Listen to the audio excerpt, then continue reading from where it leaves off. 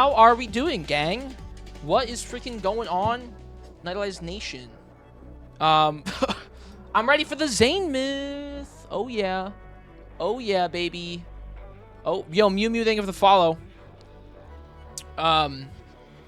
Meow, meow. Shout out my kittens out there. Meow. Raphael, come here.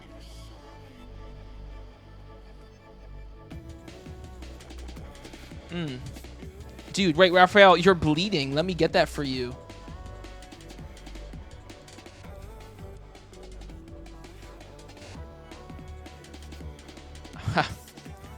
Don't worry, King, I got you. I'm like a cat where a mother cleans their son. Wait, that's kind of weird, actually, in the context of me and Raphael. But you know what I mean. I'm always mothering, though. You know what I mean? It's like Lady Gaga stuff. Because she's like a mother. Sorry, okay, I'm done. I'm done. Shout out, though. Shout out, Sir Gugu as well. All right, chat, let's play the game. Sorry, I'm being stupid. All right, full cam. Back to the video game. I just pressed sub only chat. I'm so sorry. I did not mean to do that. Sorry, there's a lot happening right now. Not sub only chat. It's not in sub only chat. Unless it could be though. Drop 5 gifted. No, I'm just kidding. I'm kidding. Don't drop 5 gifted unless you want to. But Raphael, let's freaking go. So, in all seriousness, Love and Deepspace. We're playing the game. Zayne Myth came out Thursday. It is currently Saturday. I'm just gonna reiterate it for the YouTube video. I did not watch the trailer. I made a tweet about it. I said like mythical back shots because I saw like Audrey, Itai, Kuji, and other people tweet out about the trailer. And other mutuals I have on Twitter about it, and they were like, "This is crazy," and I was like, "Let me look at the clip real quick," and I saw him hitting it crazy style. No protection, maybe, I don't know. Like I said, I didn't look into it deep enough, but we will see today.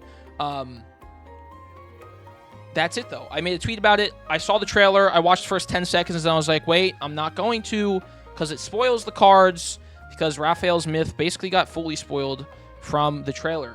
So, I'm going in blind. I barely saw anything other than his rock-hard abs, and like I said, the clip of him seemingly hitting it from the back. So let's go. Let's roll. I think I'm gonna wish, honestly, because I have 8,000 red gems, chat. I have quite a lot, and I think it's time to run it up, right? I don't think I'll spend the 8K because I'll probably get it in like right now. Watch this. They call me the LeBron James of Love and Deepspace because I'm old and washed. Fuck. It's okay, though. We'll do it again. Yep. I'm pulling... Oh, I'm pulling for... Oh, yeah, because you just need one now. True. Do I go for both or just one? I don't know. I forgot. You only need one now. I'll probably just do the one then. Realistically, just so I can save. You know? Unless they, like, cuck me and I get a different card. Oh, the outfit's nasty, though. Nasty gal.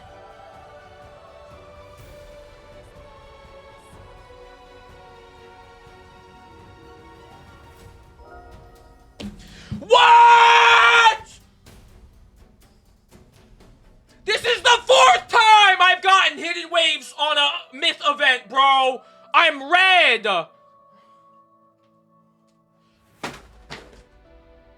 Are you kidding me?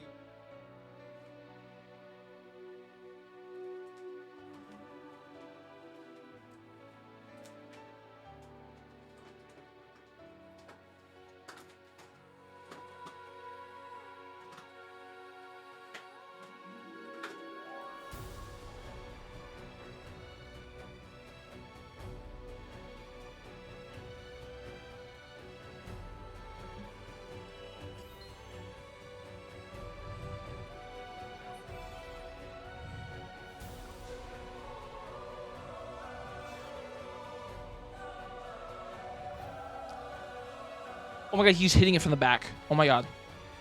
I can't look. Are you serious?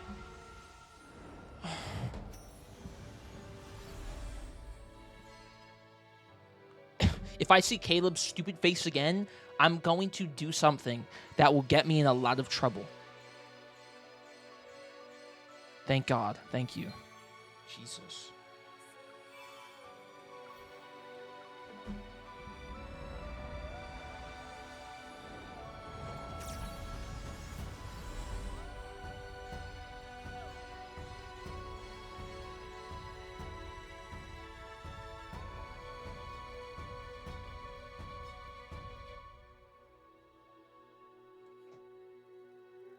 Hello?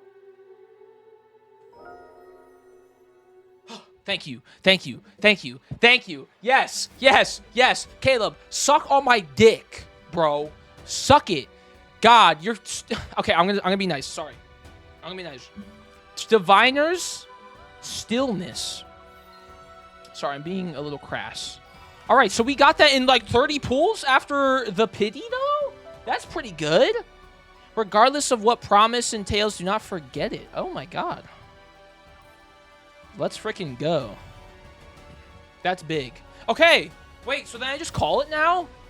Wait, that's awesome. Yeah. Wait, one more for the people though. If I get it again, I'm gonna scream. Oh my God. I swear to God. I swear, please. Oh my, no, stop. Dude. Back to back. Oh my God. No. Yes! Caleb, yeah, you idiot! This is why. Ah! Dude! Oh my God! Wait, that's crazy! Dude, that's crazy. Are you serious? The back-to-back? The back-to-back? Oh!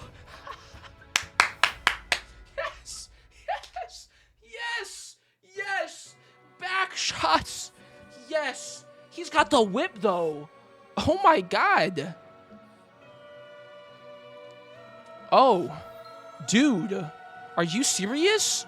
I got Caleb on the pity, and then they hit me with the Zayne. Oh.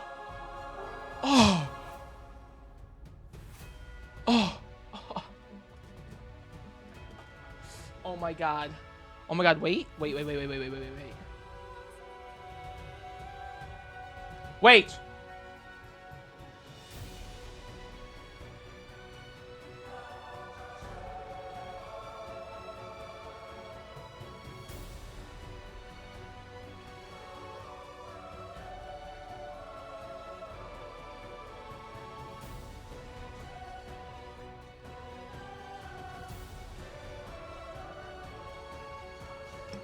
Yes.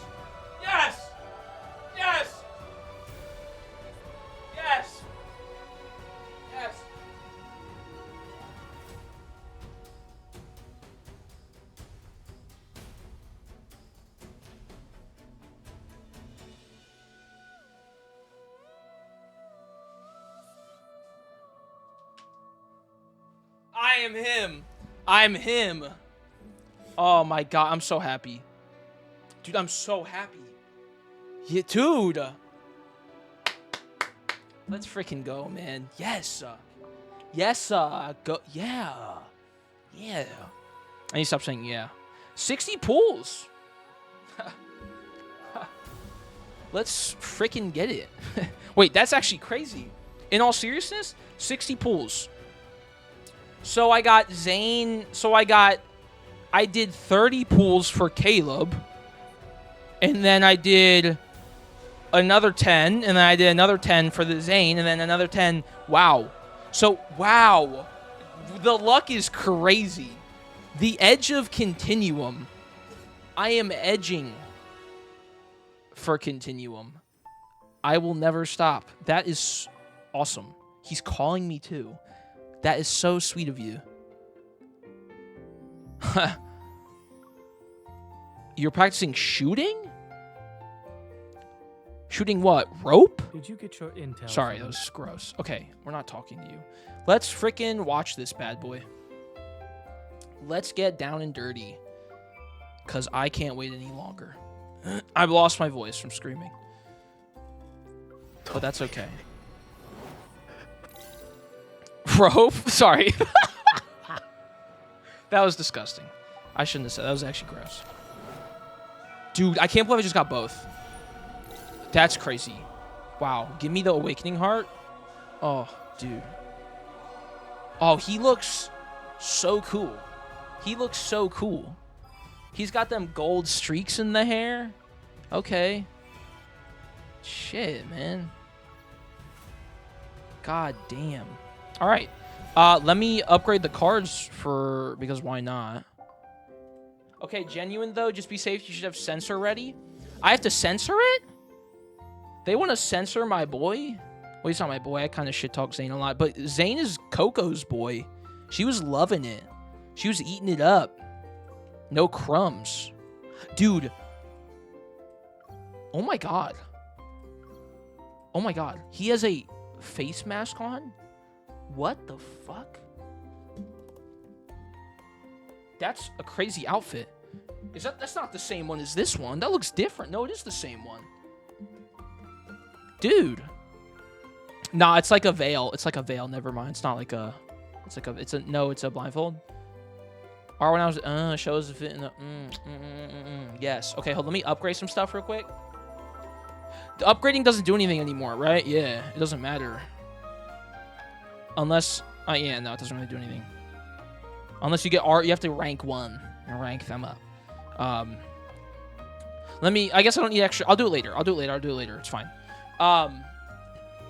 Let me look at the outfit then, brother.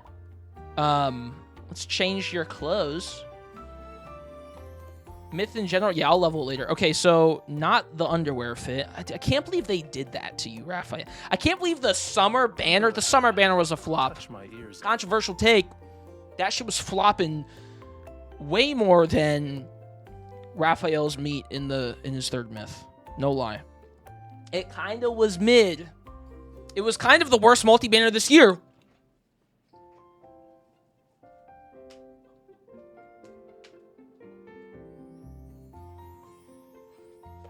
Don't shoot me, but it was. It was. I don't think that's controversial. I think that's probably a general consensus. I was so excited for it, and I was like, yeah, it's overhyped. Yeah, people overhyped it because people are talking about all this stuff online. I'm just like, nah, bro. This is why you don't talk about leaks, because people always ruin it. Well, it's not people's fault. It's no one's fault other than the people who were excited for it and expecting something. So I'm not blaming it on anybody. But like, that's why leaks are dumb, because it's just like, nah. Because half of the time, this is why, like, in the gaming community outside of, like, lads, or, like, for example, like, Nintendo Directs or Sony State of Plays, there's always leakers, and then there's, like, 1 or 2 real ones, right? And all the real ones will leak stuff barely, and then all the fake ones will, like, try to kind of leech off them, and then they'll get one thing right because they guessed it correct or got it from someone else, and then they'll do other ones, and then they'll ruin the things later on. And I'm not saying that's what happened now, but seemingly there was people just saying shit because they were like, fuck it, I feel like saying shit. But maybe I'm wrong, I don't know. But okay, the outfit, let me shut up. Let me give him the long hair. Oh my god, he looks majestic. Destiny is in set. Oh, dude. The variable that exists outside of it. Oh my god. Dude, I want abs like him. Is that an 8-pack? Wow. Chat, also, if you clip something, there's a clip leaderboard now. So if you're watching on Twitch, get those clips in. Because if you clip stuff, it makes it easier for me to make TikToks, by the way. Because when I have to go through, it's fine. It's not your job. But if there's a funny moment that you want to see on like another platform that I upload as a short, then you should clip it. And I do really appreciate it. So thank you for people who do clip stuff. It means a lot. So thank you. But... dude, the 8-pack is crazy. The 8-pack is crazy. Wow. He looks great. I have to hand it to him. And dude, after Coco loves Zayne too. So like, she's going to eat this up. Probably. Maybe a 10-pack by now? Yeah, honestly. Dude, I'm trying, chat. I'm trying for it. Like, I don't got the abs right now, but I had a crazy push day today at the gym. I had a pool day yesterday. I'm going tomorrow to learn how to backflip. So I'm getting there. All right? I'm getting there. Like, I'm getting big, trying to, for Comic-Con, because I'm doing Leon Kennedy tramp stamp crop top. Okay, I won't be any Zayne, I won't be a Raphael, but at least I'll try to look more like Leon, because that's more plausible. Leon's a bit more in the territory of realism. But okay, let's do the frickin' thing, right? Let's run it up on the card. Let's do rarity. Yeah, here we go. So this, we just go into date, right? They don't change it. Yeah, same thing. I don't want to see. I don't want to see. I don't want to see. I don't want to see. I don't want to see. You got a 12-pack? I don't have a 12-pack. I just don't. That would be fire, though, if I did. But I just don't have that. Endborn. That's a cool-ass title. All right, so I know nothing about this, chat. I don't really know, for background real quick. I basically have done nothing Zayne-related. I haven't done any of his myths. Wait, have I done? No. I don't think I've done any of his myths. No, I haven't. I've done his prologue to Tomorrow's Story. That's it. So I know the least about Zayne. I haven't done any of his anecdotes or none of that stuff. So what will be happening, I won't have a guess or a clue or any of those words as to what could happen. Because for Raphael's, it's like, okay, this is like the third time that this situation is happening for his myth. It was like, okay, it's kind of similar to like the last 4 things. So this will be like totally... It like ties into the other ones, yeah. But honestly, I'm more excited that I know nothing, because then it's like totally new. Because I think a lot of the myths and stories in this game for cards are similar in like message or like theming, because that's just how it works for each LI. So I'm happy that this is the first one, or like one of the first ones for Zayne that I can kind of experience. So it will be kind of like a relatively new theming that that I will see. But let's do... Let me actually pee real quick. Hold up. 1 second. Let's pause it real quick. Oh, that's a cool looking thing to... Oh, shit. Hold up. That's cool. It's fire. Let me pee. Give me one segundo. 1 segundo. Hold. All right, let's go. Let's do it. Cold, mysterious, and desolate. Between the skeletal, jagged mountain ridges, 7 colossal gates rise in layers. They reach for the heavens. Let me bump up the volume a bit. There we go. I think that'll be good. All right, Chad. This better be peak. This better be peak. Okay? I have hopes. They're high. Quite high. Here lies a forbidden realm where even the... Also, since I have the card, it won't be on auto, and I won't have to speed read and like miss stuff, which is always happens. It's always a pain in the ass. So I'm excited for the back shots. Aren't we all? My voice is messed up now. But it's okay. Here lies a forbidden realm where even the dead may not tread, and at the end of seemingly frozen time, it welcomes its first visitor. It's Pim. Oh my god, look at him. You are a supreme deity, the embodiment of annihilation and divine punishment. You possess unparalleled wisdom. Is this going to be the guy that seems good, then he turns evil at the end of the myth? Like always? The green screen of this... Thank you. Yeah, I forgot I have it on. Turn back. Do not set foot cool in voice. Lost where returning is impossible. You mustn't become one of those lamentations who are restless for all eternity. The Creatio stone from the primordial age. It lies in the netherworld, beyond the 7 gates, yes. You already possess supreme power. The volume should be good. Do you still seek also, chat. creation? Silent Hill F after this. Played some the other day. It's very good, so I'll be playing more after this. So I'm very excited. Should be a good day of streams. Beyond the 7 gates is a land where neither the sun nor the moon shine. Not even life and death can reach it. Okay. Your hands may be capable of bringing about the destruction of countless eons, and your divine gaze may see the end of time. This is about 1.5 hours long. Okay, then it will take me like 2 hours and change. So Yet it will once you take set foot 7 in o'clock this now, so realm, till 9. your divine not too bad. authority We'll have and time. radiant glory will turn into flowing sand. I'll finish Silent Hill tomorrow. I'll do a long stream tomorrow where we beat That the game. price is insignificant. Because I have to, because Monster Hunter Wilds has a collab. But let's focus on the story. I'll talk about that later. And Tactics is Tuesday. It's a busy week again next week. It was a busy week this week for stuff, but next week too. His steps no longer falter. The god crosses the threshold of the first gate and allows the surging waters to devour him. In boundless chaos, time and space whirl and surge. Also, Sonic came out. It was pretty good.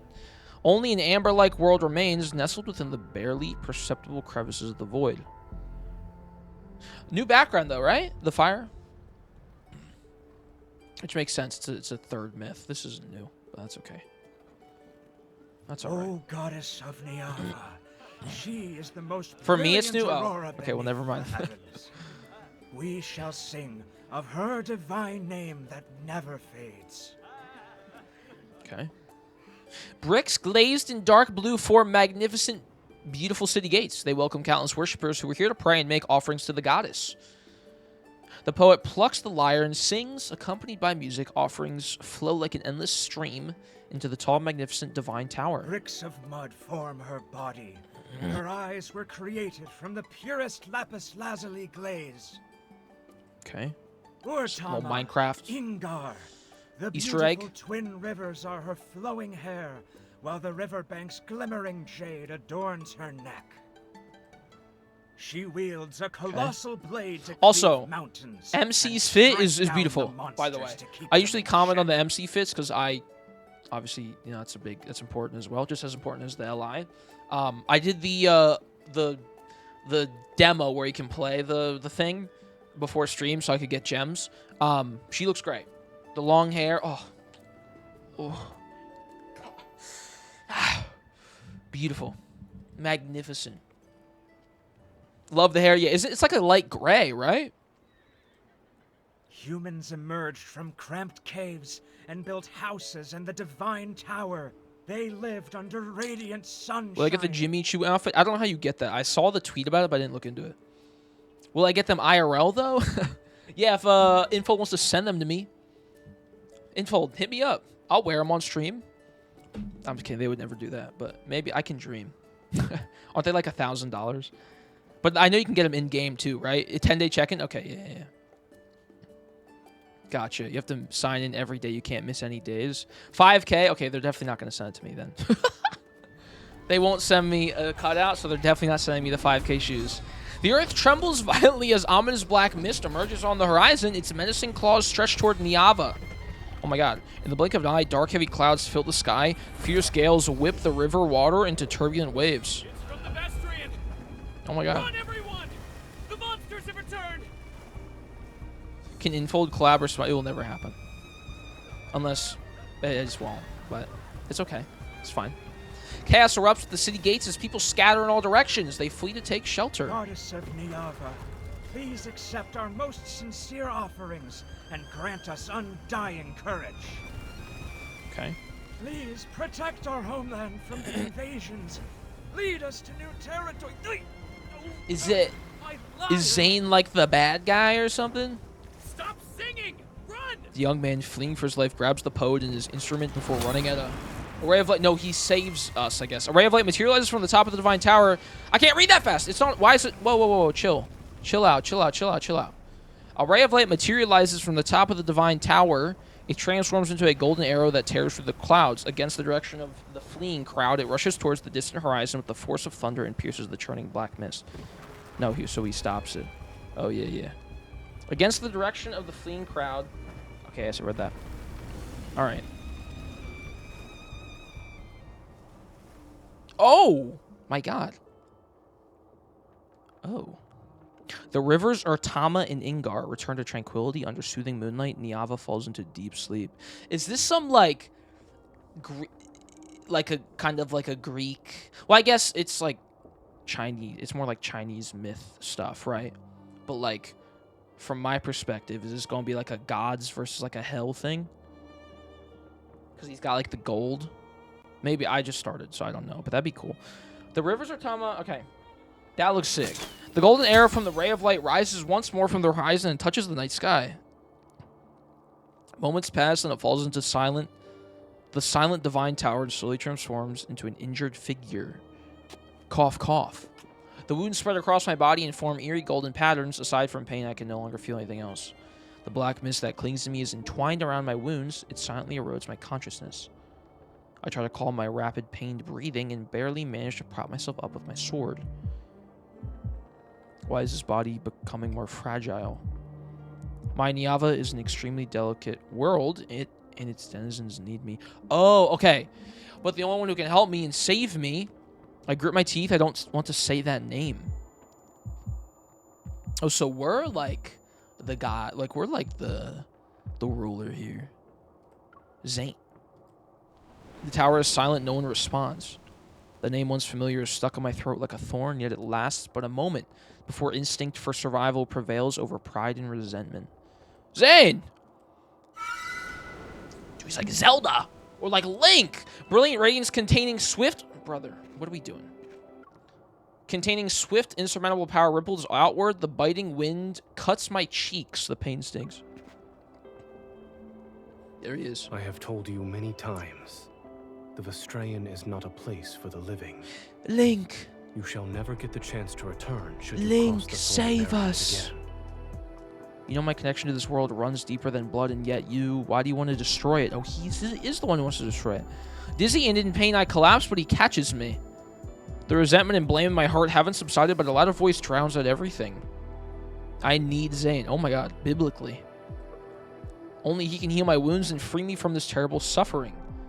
Snatch off. Oh. What are we doing that with his underwear later? If you wanted to destroy Niava, you still belong to me at this moment. Obey me! I need you to heal me now. Dude, his nipples are kind of big, no lie. They're kind of looking at me. Forcefully wrapping my arms around his neck, I bite his lip. Oh my god, we're already getting into it? Give me, I want your power. Oh my god. Between us, Oh, it's lagging? there is nothing but endless taking. Oh. Like taking my cheeks?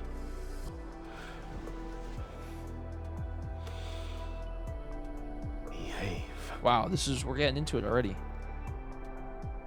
What if it went to the Kindle? That'd be insane. It's like the first 5. Oh my god. I was kidding. We just started! Wait, oh my god!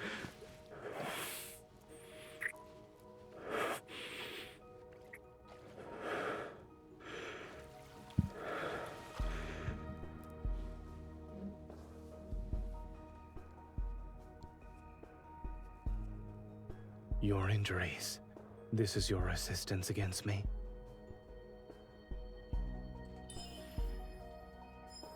Interesting.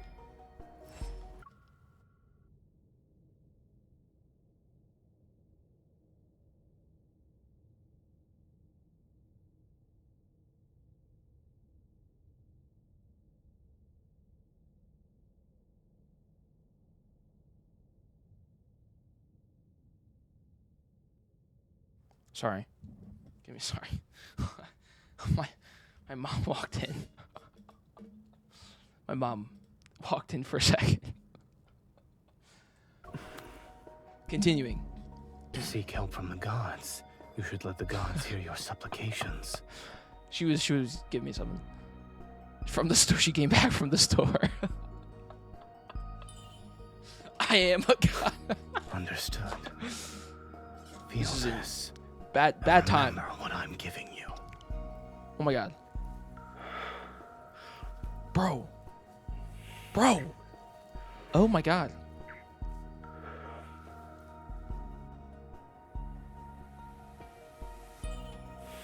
It hurts, but his power... It hurts. That's not good. Then... push. Oh my god. Focus. Dude! Wait, what are we doing? Oh, are we like kissing? Oh, we're like... Oh, we're making out? We have a make-out QTE? Don't even think about making me obey you. This is crazy. All of this is what you wished for. I'm so glad I didn't watch the trailer first. This is long. Pause. Leave, but he doesn't let us leave. He says no. Then the back shots commence. Oh my god, we fell on the ground! The ritual won't end because you want it to. Oh, he's the whip of truth from Wonder Woman! Oh! No. No. No, no, no, no, no! Zayne, don't do it. Zayne, don't do it. Not in the spa. Accept it. This is a power only you can possess. Oh my god. Oh my god, he's hitting it crazy style right now. He's going down. He's eating it. Eating it through the dress. He's eating it through the dress. Oh my god. MC's taking it like a champ, though. Go, girl. Shit. Okay. She's been through this before. Oh my god. No noise, though. Interesting. Well, I guess she never makes noise, but... We need some back and forth. I have answered your pleas and your desires. Oh my god, this is crazy. Yet I sense an even deeper craving. Dude, the shoulder pads look really good on her. That's good stuff. It's giving like Twilight Princess Zelda. They're still going? Dude. Oh my god. That was straight up soft core. Dude, that was #1 cinema. Oh my god. Dude, he like that was like that we just started. That was crazy. She was like, I'm hurt, but I can't call him because I'm hurt. And he's like, shush, kitten. He doesn't say kitten, but he's like, hush, my lady. I will fix you. And he starts he starts going at it. But then, like, what's crazy, right? We gotta get like a play-by-play here, a little red zone. They're like smooching it up, right? And they're like feeling. And then after that, it was like how was it again? It was like from the front, right?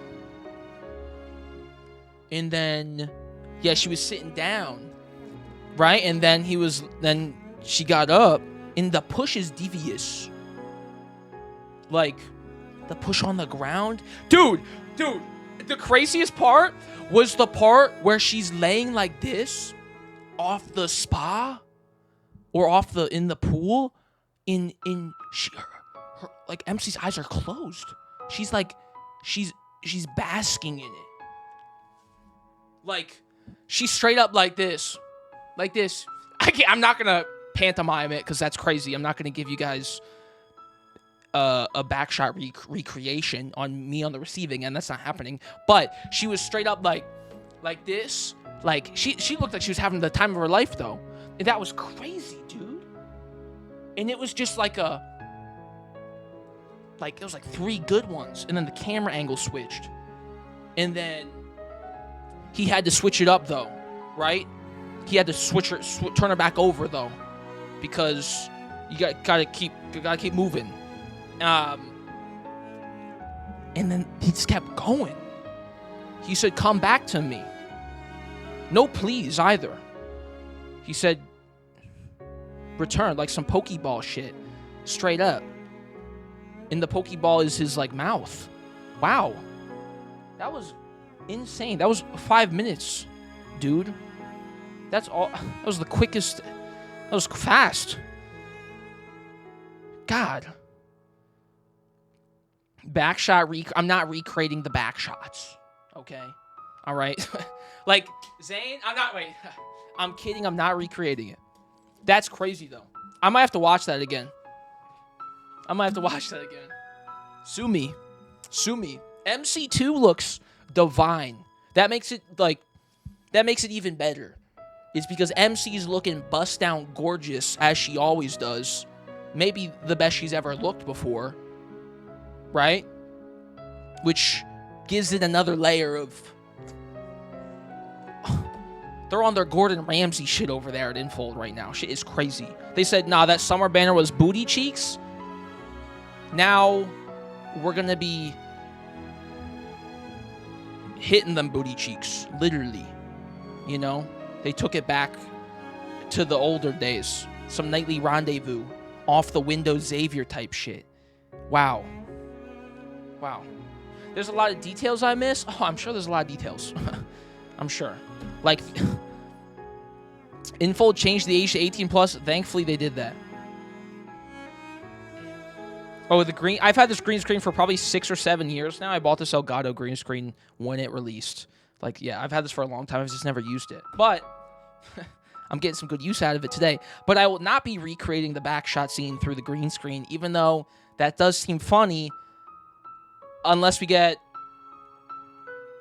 100 sub goal. I'm kidding. Okay, let's next chapter. We've been in a spice drought, and now I feel like I'm like a goddamn water balloon ready to pop. You know, they filled me up. Pause. I wish there will be some spicy banner. We need those backshots? No. I'm kidding. I'm not doing that. That'd be crazy. Alright. The last ray of heavenly light is about to be devoured in this world where even death has long since vanished. The final judgment is nigh. Only embers burn as if to represent this world's final breath. That was lovely. I don't really care about the story anymore. I'm not going to lie. I just need to watch the next Kindle. The natural order of fate is no more. Stop clinging to what remains. Realistically. Wait, chat. I'm sorry. I got to pause this. I got to make a tweet.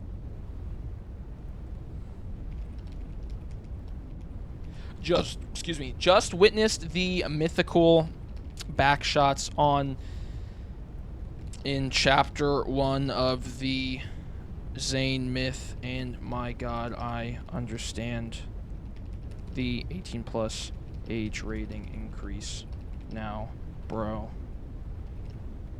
Wowzers. I'm hitting them with the wowzers. Throw back to the 2010s lingo.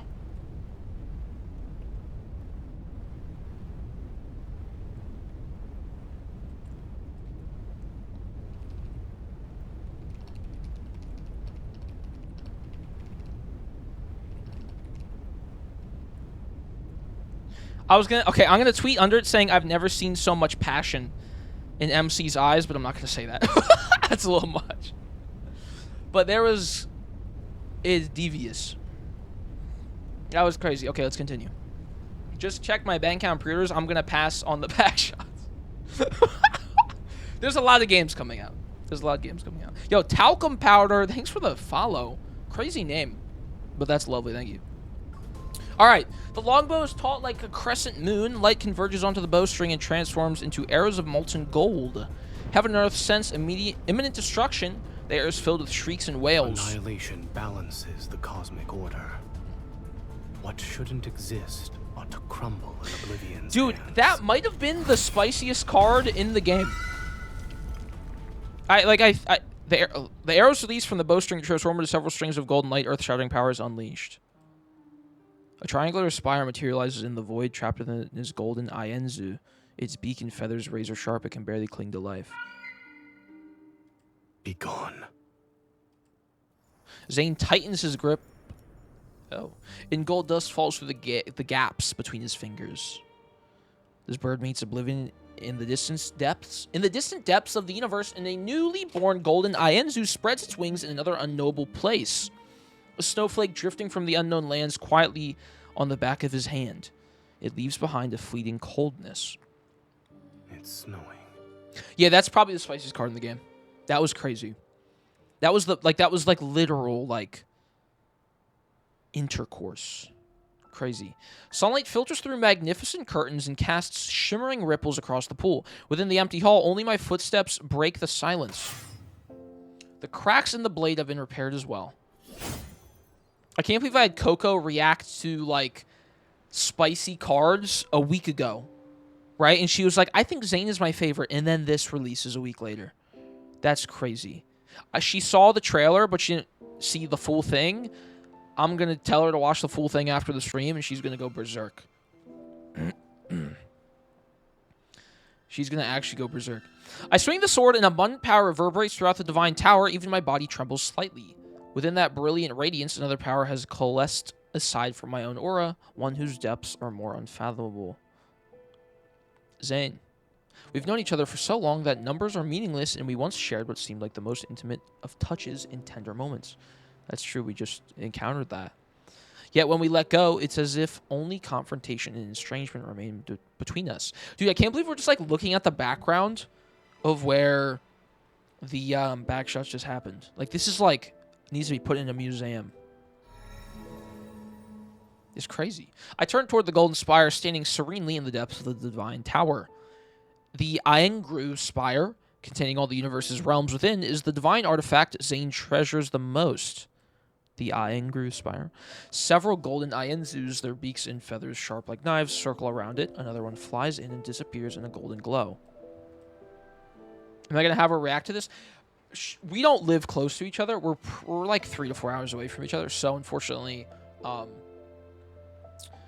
if I wanted her to, then it'd have to be like a whole thing. So, probably not. Unless she wants to wait 2 weeks. But she'll probably watch it off stream. Yeah. I'll tell her to make a tweet about it, though. You guys can go follow her on Twitter if you want. Because she'll tweet about it or something. Where's your master? The Iengru Spire won't answer me. The corners of my lips curl up. His absence is only to be expected. Otherwise, he'd try to stop me. It's only natural that I protected Niava and saved my people. Yet he's determined to lead Niava toward destruction and annihilation. A golden Ienzu lands on my fingers. I let it nuzzle my hand and exhale. When we first met, he promised to make all my wishes come true and stand by my side. Dude, before this, I was like, I'm not really into lads. I haven't played it recently, but they really hook, line, and sinkered me with this. They really did. I gotta give it to them. They find a way. Long before the first grain of sand appeared in the Hyart Desert, before the first raindrop fell into Urtama's riverbed, my feet had already touched Niava's chaos and dust. All grew under my gaze and touch, and people learned to survive by following my divine edicts. I guided them to build their homes, and I severed every monster's head for them. So they devoted everything they had to worship me and used the most noble word in their hearts to address me as goddess. So long before the first grain of sand appeared in the heart, so MC's the goddess of this, like, this city. And so, yeah, she's kind of like on some King Tut shit. I don't know much about King Tut. He's like the king, right? And he like ruled everybody. I don't know history, so maybe that's a wrong thing to say. But yeah, so she's the goddess, and she's like, y'all need to build this because, like, I am God. Make a civilization because it's cool. An omnipotent guardian, perhaps this is what it means to be a goddess. For a very long time, I do everything within my power to protect every sunrise and moonrise in Niava until I met another god. That is Zayne. I like that she's the goddess, though. Because usually she's not. Maybe I'm mistaken, but usually she's not, like... I know she's, like, the chosen one. Why is it skipping stuff? I have declined. Bro, I'm talking. Usually MC is like the chosen one because she like reincarnates and all this stuff, but she's usually not like the big piece. Like in Raph's myth, it was Raph, right? And then in like Xavier's, it was Xavier. Even though like we like saved everybody or whatever, or like we were used as a sacrifice. Like we're never like the king or the queen. We're never like the highest figure. We're valuable, and we're important and needed for things. But, well, I guess no. I guess we're like the princess or the queen with Raph, so never mind. But I guess it's a bit different, it feels. I don't know. Either way, it's cool that she's like the OG goddess. Like, yo, I was here first because I'm important. I'm not important because the ally that I'm with is also important. Maybe I'm wrong. Maybe I don't know. But that's cool. Either way. For a very long time, I do everything within my power to... Okay, so yeah. Have you thought it over? I jumped down from a boulder. The god whose name was... Why is it not continuing? Was Zayne withdrew the Iengru spire. His expression was colder and harder than stone. I've declined your offer. Okay, More than there we go. once. I shall not carve my name upon your destiny stone. What about Caleb's with XO2? Well... What about Caleb's with... Well, like, she's important, but she's not, like, the goddess, though, right? She already has the established leadership god... Yes, thank you. Before meeting, yes. That's what I mean. Like, it's established prior to them meeting the Li. Because, like I said, there's other examples, but from most of the ones that I can think of off the dome, it's not established prior. It's usually like, okay, because of them, now you are this. It's not... You are important already. Now you meet them because XYZ. I don't know. It's not that important. I don't need to be taking a think piece about it. But either way. I let out a derisive snort and drew my sword in an attempt to strike, but the blade's light had vanished without a trace before it could even reach him. See, with your immense strength, you can be a guardian of Niava. I can tell you don't belong here. Yes, you're like a sun that belongs to another world. If you don't carve your name upon the Destiny Stone, you'll disappear like sand. Once my name is carved into it, the trajectory of our fates will be inseparable. Are you desperate to forge an important covenant with a man whose name you only know? No. Why not? I told you my name too, did I not? You're willing to go to such lengths to make me stay. All for the sake of protecting these mortals? His intense gaze fell on me. For some reason, there seemed to be a trace of anger. Yes. Fuck it. Correct. Don't you think humans are fascinating creatures? Despite having lifespans as fleeting as shooting stars, they create so many wonderful things and have astounding ideas. I almost forgot. You've always been like this. You never change. Uh-oh. I like the hints of red in his outfit as well. He turned, walked away, Stop following me. and left behind a cold warning. Of course, I had no intention of listening to him. In this land, people passionately pursue what they desire. All of Niava belongs to me, and Zayne will be no exception. Oh, she wants him bad. Which makes sense, after he just gave her, like, a divine awakening, even though this is a flashback. He's standing in the same realm as I am, after all, but before I could catch up to him, an unexpected battle left my body severely damaged like never before. It was also then that I realized my body would deteriorate because I fought. There would be a day when I perish, and Zayne was actually the only god who could provide me succor. Oh. Mutually beneficial for many reasons. Oh, he's giving me some succor, all right. The season's threads are woven by your hand. The scales of creation rest within your wisdom's palm. I leaned back on the rattan bed and stared at the distant firelight in crowds while humming along to the hymns that drifted over intermittently. As I was saying about the outfit, I like the hints of like red because it still has like a China. Worshipped and praised by humans. Like obviously, like Truly China is like joyous thing. red, gold, white, black. Like it's like red and gold is like kind of the main thing, or red and yellow, whatever. But like it still kind of gives like a Chinese vibe to it. Even though obviously that's clearly not the inspiration for the myth at all, but or like the aesthetic here. But like I don't know, it's cool. Either way, I like the red. That's what I meant. Being praised, yes, the songs they're writing continue to improve. All right. Also, Zayne looks really pasty compared to some of the other allies. Am I wrong? Like, I know they're all pretty, like a brightish white skin tone. Well, not brightish, but like they all, they have like a whitish whatever skin tone, pale. But Zayne seems paler than the others, or at least Raphael. Maybe I'm stupid. The lighting? Oh, yeah, it might be the lighting, actually. Never mind. I shifted to the side so that there was room on the bed, then I pulled Zayne down to sit. He still maintained that cold, indifferent demeanor. He brushed aside the sheer fabric draped over my shoulders. You're willing to risk your life in endless combat. It might be just the for filter insignificant thing. wages. Yeah, that's true. Never mind. Because he looks chill. Yeah, okay. Well, I'm stupid. Just ignore me. You're willing... Okay. Sorry. Zayne, are you saying this because you don't like my people, or are you concerned about me? Neither. Bro, he wants me bad.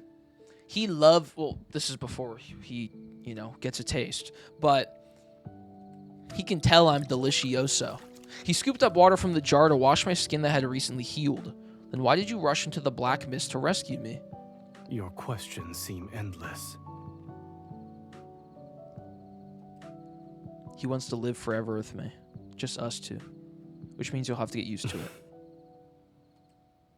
Although I was concerned about the black mist that appeared, I decided not to focus my efforts on convincing Zayne to stay. He possessed power that even I could not match, and he could heal my body. I couldn't let him slip away. Shouldn't you reconsider my offer? We're more than strangers who knew each other's names now. I gave him a meaningful look. When he had healed me, I had been somewhat unconscious. However, I remembered more than he thought. I missed the point. Will this be posted later? Yes. For me. Yep. It'll be on YouTube tomorrow, probably. I'll probably do this quick. I don't need you. Okay. You don't need me to care for you. All right, Zayne. I need you to care for me, though, my boy. My man. I grabbed his hand and sat on his lap. According to Niava's laws, you belong to me. You have no right to refuse. Do I look like someone who follows those so-called laws? Yes. I smiled and kissed his eyelid. You can push me away. You don't know anything, yet you dare to open your mouth. Dude, they're so intimate in this off the bat. Raph, step up your game, bro. You and MC on the other card, it took a bit. But, like, they fucking already. Shit is crazy. Although he remained calm, his gaze was reminiscent of a deep pool where dark torrents surged beneath the surface to warn me. Let's assume the final outcome of us being together is eternal separation, or even obliteration. Would you still accept it? Yes. You and I haven't even experienced the beginning. Why are you already thinking about our ending? Bro's already thinking about the freaking finisher. You're disgusting. That's all men care about is finishing. You're sick, Zayne. You're just like every other man. Being afraid of a future that has yet to occur is a waste of time and betrays our true feelings. Then enlighten me. I'll lend an ear to your desires. All right. Give me your fate. Oh. Zayne, give me your name and your fate. I recalled the vows people typically said when proposing and hastily picked one. Brother, what? We're proposing already? I shall be unwavering and everlasting. I swear in Niava's name that I shall be unwavering and everlasting. There won't be any regrets. This is crazy. Your vow is rather ordinary. I need MC expeditiously.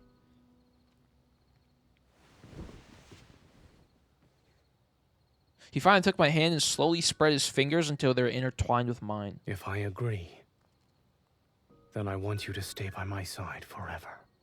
Wow. Promise. Starting from this moment, I shall forever remain by your side. Oh, hold.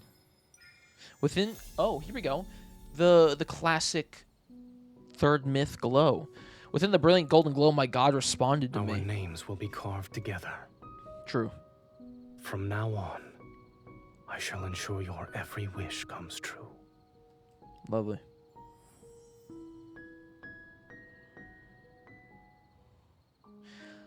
Actually, I can't say that. Do you think... No, it's disgusting.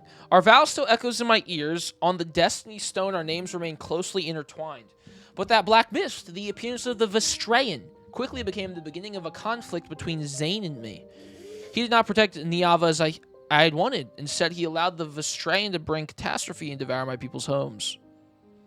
I was wrong to have those thoughts back then. How could a god who governs annihilation possibly harbor goodness and mercy toward Niava?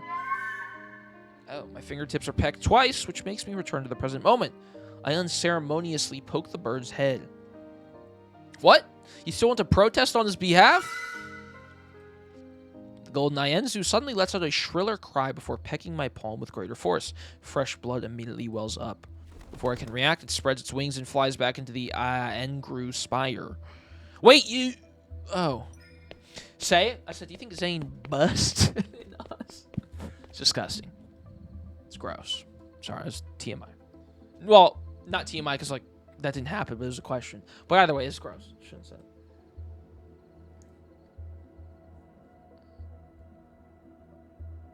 In this empty, ethereal space, golden light flows like a river. It constantly shifts into intricate patterns. I'm inside the spire. I'm inside the spire! This is like the future or something, probably. The golden Nyanzu. My instincts make me immediately chase after it, yet when I finally see it, I watch it as it plummets into the void and fierce flames are up where it falls. The bird is reduced to ash and smoke. A sudden sharp pain shoots through my heart and I clutch my chest. Something strange appears on my palm. I open my hand and see the bloody marks left by the golden Nyanzu's beak. They dry and solidify into a crack across my palm. Interesting. It's going to be like a message on her palm or something. Uh-oh. Oh. Okay. Cool. It's the destruction of this place. Niava is on the verge of this extinction again. Like most myths, bad shit will happen. How can we save it?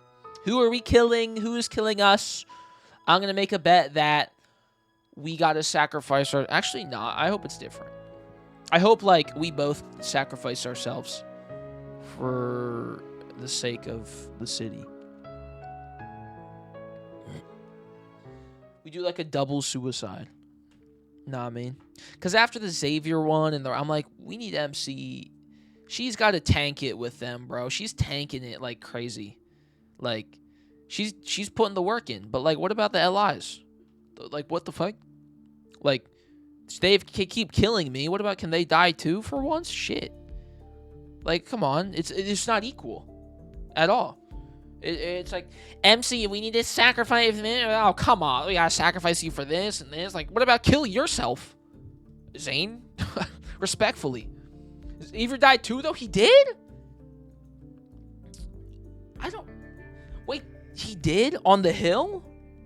They both died on top of the hill? Oh, shit. Never mind. I'm fake. I thought it was just MC. Oh, they did die together. You're right. Oh, because, like, oh, yeah. I don't know why I thought they both didn't. But never mind, then. So then, I guess...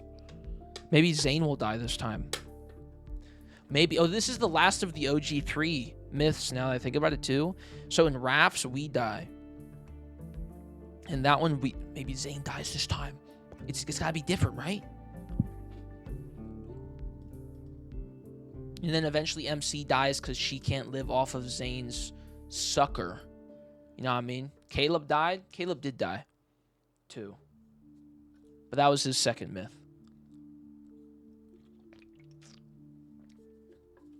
So, I'm thinking maybe, I don't know. I'll find out. I soon understand what that strange line meant. The golden thread, or maybe they sacrifice the city and they both live. That'd be fire. The golden thread entwined in my hair suddenly snaps and the broken jade cuts off a strand of hair. I hear a silent lament from Urtama. Niava's rivers, Urtama and Ingar, are akin to the most vital arteries in a heart. But now that one river has stopped flowing, the body called Niava is about to lose life's luster. Oh, I must save Urtama. Uh-oh. As always, the sun rises. It shines on everyone's faces and on the river water that lies as still as a mirror. What are we supposed to do if the river stops flowing and dries up? Fuck it, you ball. Don't worry. Our goddess will protect us. Urtama will not dry up. Is this a new background? I don't think so. I could be wrong, but it sounds similar to other ones we've heard before. We should hurry to the divine tower and offer sacrifices. Only then can we ask the goddess to bestow her divine guidance. Walking along the riverbank, I can hear people discussing Urtama's strange condition. Maybe the goddess deliberately stopped the water to prevent the wheat fields on both riverbanks from being flooded again? Indeed. Maybe. If this is planned by the goddess, then we should follow suit. It's time to compose new hymns. We must sing and abide by the actions of our goddess. Imagine Assassin's Creed, he just like murks everybody. That'd be awesome. That'd be great. I think they should do that. Yeah, that'd be sick. The worry lingers on humans' faces for only a moment. They soon hum new melodies and continue on with their daily lives.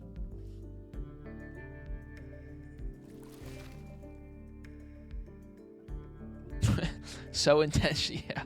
I stared at the river water ripples spread across the surface, but they vanish in the blink of an eye. They're disappearing too swiftly. This matter isn't simply a problem with the river's flow. Something is messing with Artama. Is it like a crack in the earth or something? Samira throws several small stones. The ripples are fainter and disappear faster. How strange. Oh. The river water is stagnant. She's kind of... Is this truly the goddess's will? different. Wow. My god. It isn't. At least I believe it isn't. Samira is the current ruler of Niava and the only person I associate with. Of course. However, I only tell her that I'm the goddess's messenger. I always disguise myself as an ordinary person when I meet with her. Oh, interesting. The goddess should already be aware of Artama's condition. She won't let disaster strike. Of course. Everyone in Niava believes our goddess shall give her blessings and protect us from evil. Why'd the audio Even the most cut out? unruly waters will inevitably yield and obey her. Okay. The beautiful ruler respectfully bows. She intends to make me convey her reverence to the goddess. That mischievous mirth I know so well appears in her eyes. I wonder, how is our goddess? Have our offerings of gold and jade brought a smile to her face? She's well. Why do you ask? You've told me before that she is deeply troubled because of a man. It's true. Good point. Back then it was because I wanted to break into the Vestrayan. Zayne and I didn't speak for a long time. It just so happened that... I don't know how you say her name. Samira? Samira? I think so, yeah. Samira was leading a group of worshippers at the Divine Tower. I couldn't help but share a few things. I didn't expect her still to remember. It wouldn't be appropriate for me to inquire about such matters. I tried to gloss over it, but displeasure and helplessness surfaced in my heart once more. After treating my injuries, Zayne vanished without a trace again. And at some point, he also took the Iengru spire. I keep almost saying that wrong. From the Divine Tower. He certainly returned to the Divine Tower, yet he won't even see me. How infuriating. Samira? Maybe, yeah. But I'll admit, I've never truly understood him. In addition, I even know less about what he wants to do. That man must be exceptionally outstanding to win the goddess's favor. True. Beautiful roses always True. have He hit sharp it thorns. from the back. Everything under the heavens belongs to our goddess. Divinely. It was divine backshots. Mythical backshots. It was crazy. A mere man will certainly bow down at her feet. Okay. You're right. Our goddess is omnipotent. She will never admit defeat in front of him. Divine backshots. It's true. It's true. That's what happened. That's what happened. After Samira leaves, I ensure no one is around, then I cup a handful of river water and blow on it. Excuse me. The water in my palm floats into the air strand by strand. They unfurl into a flying carpet that's as soft and crystalline as a cloud.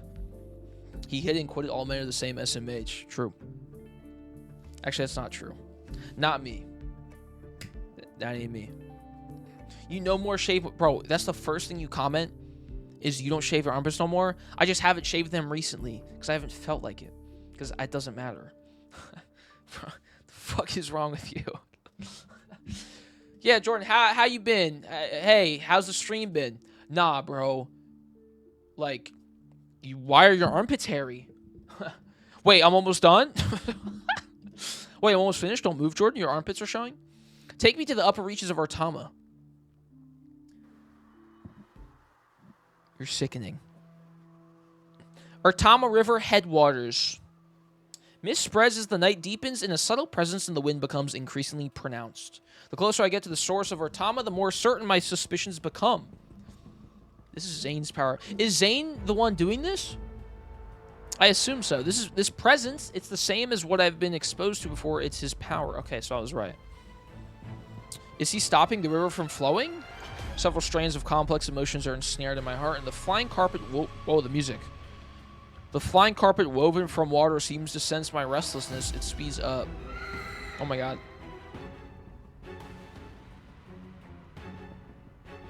Suddenly, the river's surface, shrouded in mist, is slashed by golden blades as several golden Ienzus soar. Golden Ienzus, Zayne is here. The fly without delay is They fly without delay as if something urgent is driving them forward. Seeing that I had caught up, the Golden Lances cry out as they change direction. They quickly head toward the river's source. Oh, shit. Okay. Oh, we got a portal! As if passing through an invisible barrier, violent winds materialize around me. They stir the water to create towering waves. At the end of the river's source, a monster covered entirely in crystals is entrenched. Strange, chaotic streams of light swirl around its body. Its mountain-like physique is blocking the water's flow. No wonder the river is stagnant. It's hideous and unlike the ones in the Vestrayan. Deep space monster? The god who has been pursuing it wields his bow as he floats in midair. The mist is stirred and it swirls around his body. Under dim moonlight, Zayne's expression is cold and ruthless. His golden arrows are aimed at the injured, roaring monster standing in the water. This is where you shall perish. Struggling is a futile endeavor. Oh. Oh. The severely wounded monster attacks frantically. Oh my god, I can't read that fast. You shouldn't have come to this place. Okay. Leave. Oh shit. Zayne keeps his gaze fixed on what's ahead. One hand holds his bow while the other traces golden runes in the air. He intends to teleport me away. I can be anywhere. All of Niava belongs to me. I can be anywhere in this world if I so wish. Over here. Don't give it another opening. Okay. So it wasn't him blocking the river then. I grab my sword and fly to Zayne's side. The monster pivots and charges toward us. Perfect. Let's see how sharp my repaired sword is. He raises his hand and summons the Ayengru Spire. Brilliant light spills out from the golden divine artifact. A burning mark is etched onto the monster's body. Aim for its weak spot. I see it! Resonate. Here we go. Boom. My vision is consumed by refulgent light as the power of resonance imbues my blade with tremendous energy. I swing my greatsword to attack. Meanwhile, Zayne's fingertips on the bowstring blaze with a spectacular radiance. The longbow is drawn, its appearance akin to a perfect full moon under tremendous force. Let's make this quick. Golden arrows carrying apocalyptic power pierce the monster's body. At the same time, my sword strikes where the mark guides me. That should finish it. Something's not right. Uh-oh, okay. God, what the fuck is happening?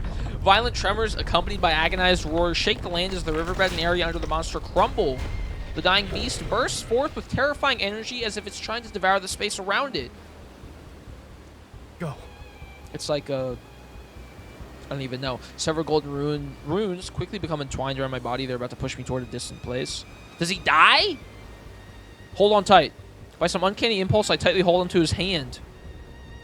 Our surroundings disappear like rushing river water during our rapid descent. Before my consciousness is devoured by boundless darkness, I only remember the trace of warmth I'm clutching tightly with my fingers. I refuse to let it go. Damn. Oh, what if the city does get destroyed and we fail to, like, save it? Bone-chilling coldness washes over me again and again. I curl up. Isn't that the deep space tunnel? In the cracks between the universe and time itself, golden eternity's gaze lands on me.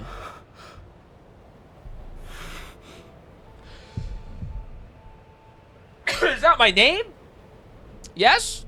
I want to see the voice's owner, but a hand suddenly covers my eyes. You need to rush. You need to sleep for a long time. Did we just teleport away? The cold sensation fades. Warm golden light envelops me. There will be a day when we meet again. Oh, did he sacrifice himself? He, like, sent us off?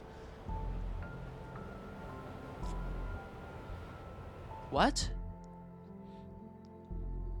He put us in, like, cryo sleep and sent us away. Alright, almost halfway. Interesting. Warm liquid is splashed onto my face as a moist sensation, and the metallic scent of blood fills my nostrils. I open my eyes. Oh, he's naked. Okay. If you had woken up any later, you would have been swallowed by the sea of sand. Seemingly alive, waves of white and waves of white sand slowly rise and fall. They surge toward us again and again. Looking at the arm around my waist, in my head, Zayne is sitting against a black stone about a half a person's height. He's holding me in his embrace to an extent. What's the hex code of Zayne's nipples, I wonder?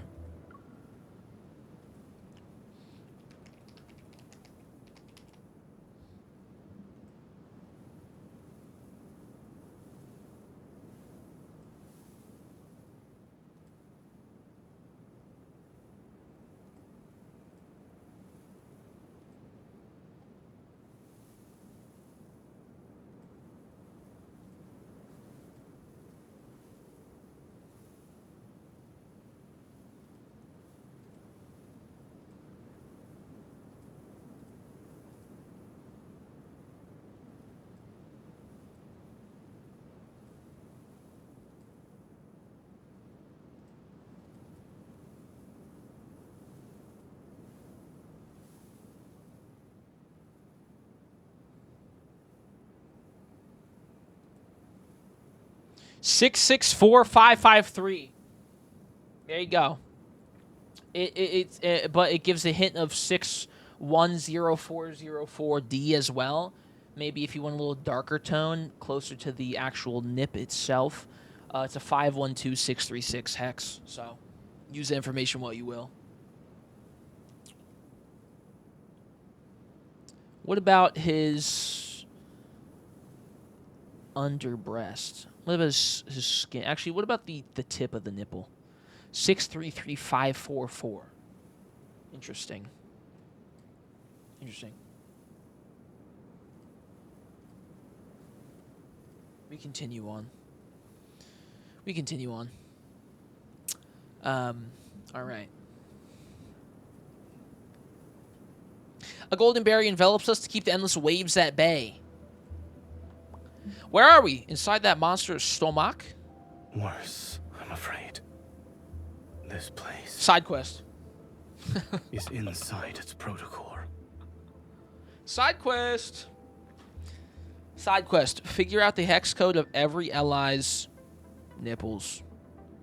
Probably similar, realistically, but true. Can we figure out the curvature of each ally's meat?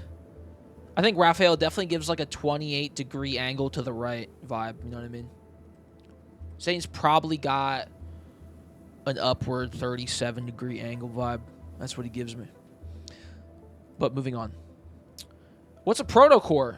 Oh my god, we don't even know what a protocore is. You can think of it as its heart.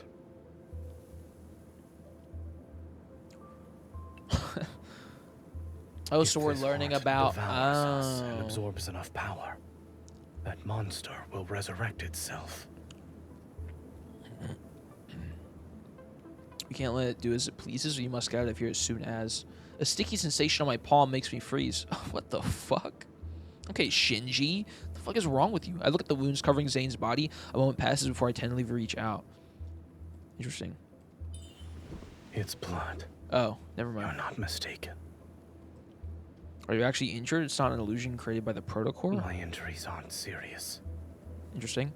But as blood continues to fall and the golden barrier starts to waver, Zayne, who's always been invincible and all-powerful, is actually injured. Take off everything you're wearing. She's like, okay, you're injured. We have to be careful. Strip down naked. This is really important. Okay? Don't question anything. Naked now. Okay? Okay, now turn around. Then she spanks him on the butt. Turns him around again. And then, boom. You got to give him a little spank. Just to, you know, kick him into high gear. Let him know it's going to be okay. All right?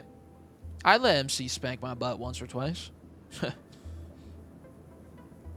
What's wrong with that? I'm not into it, but, like, I would be blessed to be touched by MC. Non-sexually, of course. Sorry. Take off everything you're wearing. Zayne's like, what? Caress him? Interesting. Seeing him not move, I use one hand to tear away the remaining clothes on his body. Oh my god.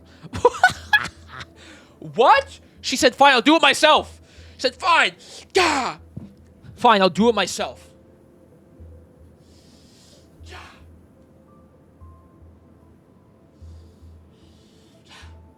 Throws it away. Throws it away. While using my other hand to retrieve the water pouch from my waist, I pour water over his wounds. This is holy water from the tower's pool. Once the bleeding stops, you should feel better.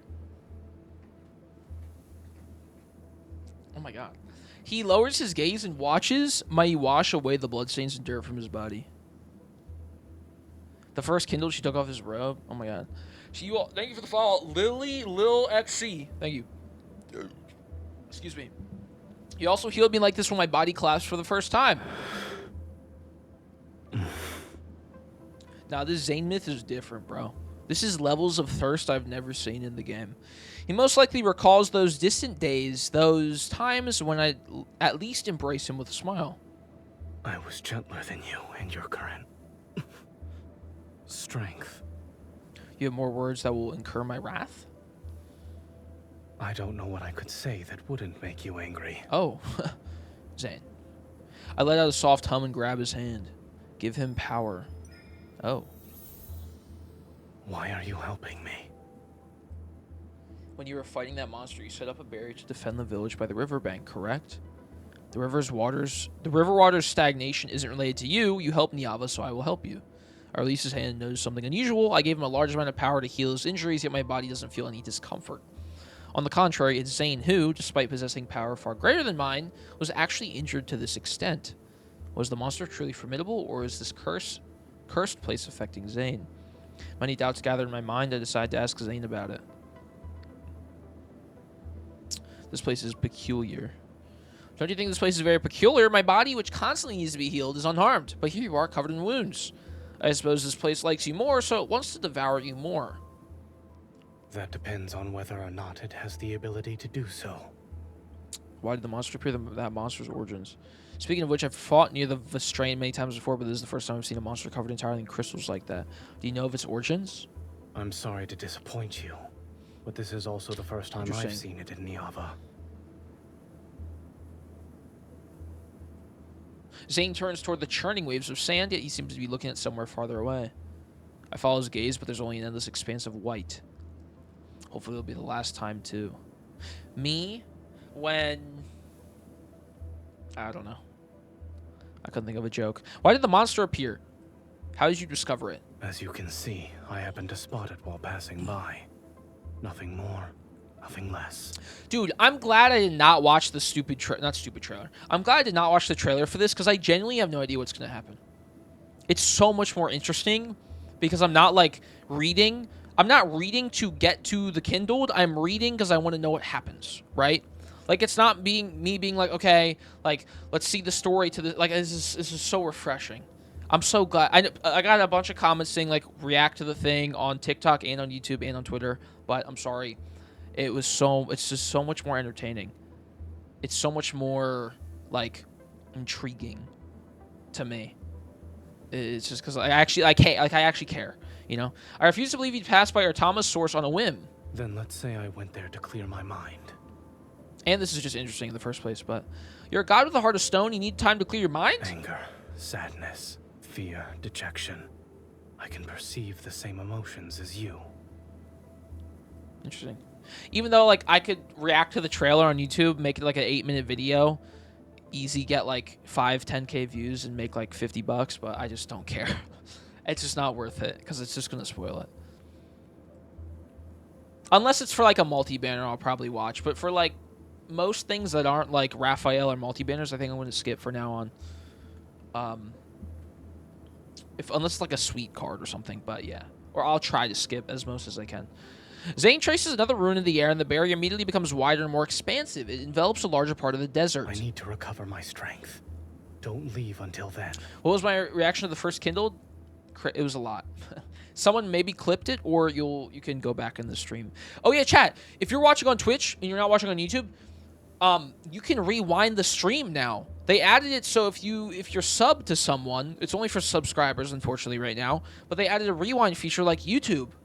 So if you're watching live and you're subbed, you should be able to go back, which is crazy that that's a thing now. Because that, like, it sucks that it's paywalled because, like, that's stupid. That shouldn't be paywalled. But I think as of now, it's paywalled. It should be live. If it's not live on my channel, if you're subbed and it doesn't let you do it on computer, then maybe it's not live yet for everybody. But I know it's a thing because I was watching Squeaks the other day and I was able to do it. And I saw a tweet on Twitter from Twitch. So, but yeah, it might not work on this channel yet because I know they're rolling it out slowly, but it will soon, hopefully. Either way, hopefully it'll also be free. It shouldn't be paid. But either way. Do you know how to leave this place? I don't. So we might as well destroy it. What the hell? How is that difficult? We don't need to wait for you to recover your strength. I grab my sword's hilt and the gentle power flows through my body. This unprecedented condition gives me more confidence. Leave it to me. Wait. I stand on my tippy toes and immediately transform into a golden arrow. I swiftly ascend toward the night sky that's as black as ink. Oh shit. One moment later, Zayne watches the golden arrow fall like a meteor. It returns to his side and transforms into a figure he's most familiar with, Dust and Sand Swirl. Draping his outer robe over her, Zayne closes his eyes and silently focuses on restoring his power. Is third person? Zayne spends the day meditating to heal his injuries with nothing else to do. I can only wander around the desert that's covered in golden light. Within this strange space, there's no distinction between day and night, and the color of the sky isn't clear. There's only a faint strip of white behind the distant clouds. It could be the outline of a spire's top, or a broken crescent moon. Okay. I build a bonfire while listlessly piling up sand. Zayne quietly sits down beside me. The Divine Tower? Correct, and it looks like your injuries have healed to some extent. He opens his palm, and the Iengru spire manifests above it. Aside from the lights being somewhat dim, there are no other abnormalities. Here, drink some water. He looks at the water pouch I'm holding but doesn't move. My hands hurt. Haven't you recovered? Do you typically argue with the injured? No. Okay. Give him a little kiss. We fucking on the sand? That's not good for the pH levels, surely. Resigned, I help him drink the water. Then I recall my harvest from the desert and pull out a few orange carrots. I can only find these. There's nothing else that's edible. Eating something might help you recover faster. Okay. That won't be necessary. I already tasted them for you. They're not bad and they're crisp. All right. Good eyesight, maybe?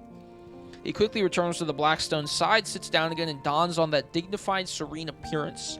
I'm left alone with the carrots. I watch his figure and inexplicably sense a hint of fleeing in defeat. Oh, wait. He hates carrots, right? Wait.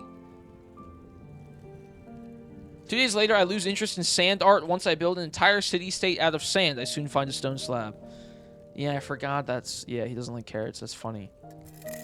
There is no sunrise or moonset here. Keeping track of time is meaningless. We're in the hyperbolic sand chamber. I'm not keeping track of time. Also, they should have made him, like, hate apples. Because, like, an apple a day keeps the doctor away. I know it's, like, a saying in America, so probably different. But that would have been great. Maybe that's, like, a thing. Is that a thing? Maybe that's, like, a China or Asia thing? About, like, carrots and doctors? Maybe? I don't know. There's probably no correlation, but...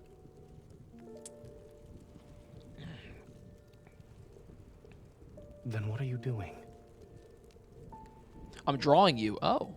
I blow away the debris and dust. I point out the crooked lines that vaguely resemble his figure. This is how you appeared when you were injured, and this is you when you let me give you water. Over here is how you looked while recovering. When you return to the tower, I'll put it in the most prominent place. You'll remember such disheveled moments whenever you see it. Childish. Yeah, it's cool that they keep some stuff throughout the whole thing, the carrot thing. Let me show you something that's not childish then. Oh, my butt cheeks. Using my memory, I carefully draw symbols in the sand before me. Not my butt cheeks. Several rocks here had these. It was almost like someone carved them. Assuming they're text, these symbols don't belong to the Niavan language. Can you read them? This space doesn't truly exist. It's simply a shadow cast from somewhere It's an astral projection. These symbols might be from the past. Or perhaps they exist in a more distant future. Oh, is it like a script of like how the city got destroyed? In either case, they're of no use to us. It's on some Abyss Walker shit. Are you saying that everything we're seeing and touching is an illusion? No. You can actually die here. Sword Art Online? SAO? Suyoku Narenu Dora. Sorry. A few days later, it starts to rain in the desert. I don't like the rain. It represents rust, shapeless mud, and sometimes overflowing rivers, but...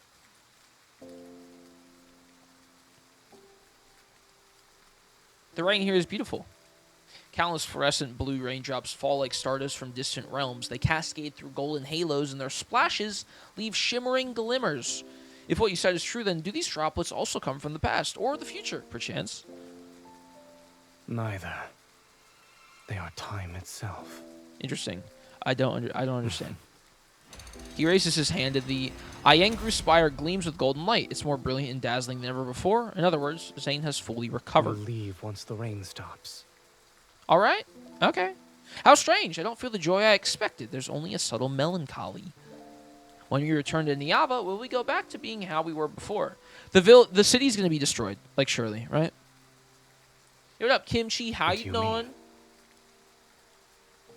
Will only appear to be cordial when the reality is that we're emotionally distant, like strangers.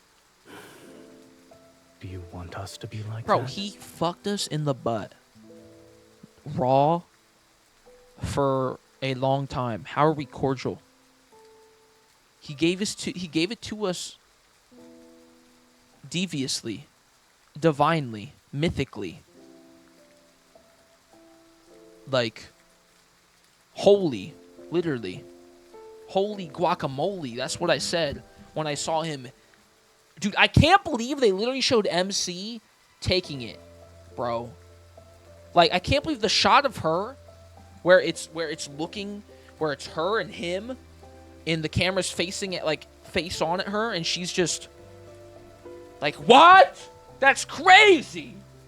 Dude, I gotta rewatch that. I shake my head. SMH. Damn, they had that acronym all the way back then? Sorry, I was stupid. I know you have things you need to do. There are secrets you can't discuss with me. Wait, did you pull both cards? I did. In 60 pulls. I got Caleb in 30 pulls. And I screamed, and then it hurt my voice. And then, 20 pulls later, Zayne. 10 pull, another 10 pull. Double Zayne, baby. Gah! No, it was very lucky. I'll show the clip after. But I'll put it on Twitter and TikTok. I've also speculated countless times. I thought maybe you never truly intended for Niava to be destroyed. After all, there are many things you wouldn't need to intervene in. What is the answer you desire? Happy for you? I don't know, Zayne. I hope I'm right. Maybe I was wrong. You might as well tell me I'm wrong. You'll bring destruction to Niava and always be my enemy until the end of time. Then I could steel myself to treat you harshly. I speak coldly to mimic Zayne's tone. Unexpectedly, he shows a hint of amusement. I don't intend to let you fulfill that wish. Bazinga. I also don't want you to always be angry with me. Ah. The rain's gentle pitter-patter has ceased before I realized it. The clouds have thinned, and that white glimmer has become a little more clear. Zayne withdraws the golden barrier, perhaps sensing its impending destruction. The desert falls into an unusual silence. Go back. Niava is waiting for you. Once the last word leaves his mouth, a tiny cold... It's fucking snowing. Cold droplet suddenly falls into his palm. I guess he's Zayne, so... What's that? It's snow. What's snow? I've never seen it before. Your Niava doesn't have snow. Oh. After the first one falls, a multitude of these cold white flower-like specks drift down. My attention shifts to the curious phenomenon as I catch the cold descenders and note their appearance. All of them look different. Every snowflake is unique. Okay. It's similar to how every person in this world is different. Ah. True. True. The snowfall grows heavy and shows no sign of stopping. Dude, that's some Christmas lines right there. The snowfall grows heavy. Sorry. It shows no... What was wrong with me? I'm going to shut up. It mixes with the white sand and doesn't melt. I thought I had something going there. I crouch down and scoop up a handful. Pure sand and snow, they're indistinguishable from each other. Once they fall, they're fated to melt. Everything in existence cannot escape decay and annihilation. He holds my palm, and the cold wind immediately blows away the sand and snow from my hand. But destruction is the only force that can bring about new life, yes? Yes? I catch a falling icy droplet again. Like Niava's denizens, the weeping that accompanies death resounds as a new life cries for the first time. It's time to go. The Iengru spire rises from his hands, its massive body settling onto the snow-white sand and manifesting a brilliant golden magic circle. Resonate. Oh! As soon as I reach out, Zayne tightly grasps my hand. The warmth he transfers dispels the cold from my fingertips. When I step into the Iengru spire's magic circle with him, I look back at the heavy snow that's gradually covering everything behind us. This snow is unworthy of your affection. Oh. Cool. The violent tremors and blinding white light make it seem as if the world is collapsing. Then, I'm pulled into an embrace that's as cold as snow.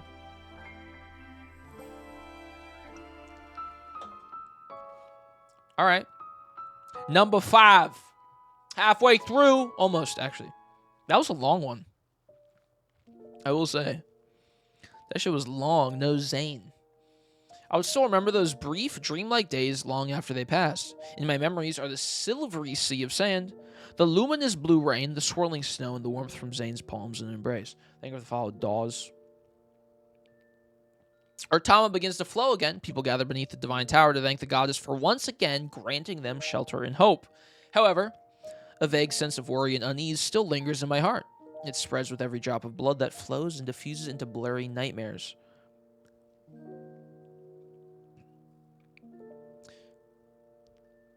Yo, shout out. Are you awake? Never mind. Yes, I am. A ray of morning light shines into the divine tower. It draws a sharp line of light and shadow across the smooth tiles. Shout out, I'm going to say it. Shout out to the person who, when I made the video of me and Raphael squirting for TikTok, to the person who commented, I just thought of this randomly. It literally has no correlation with the Zayne myth. Of the person who commented, ew.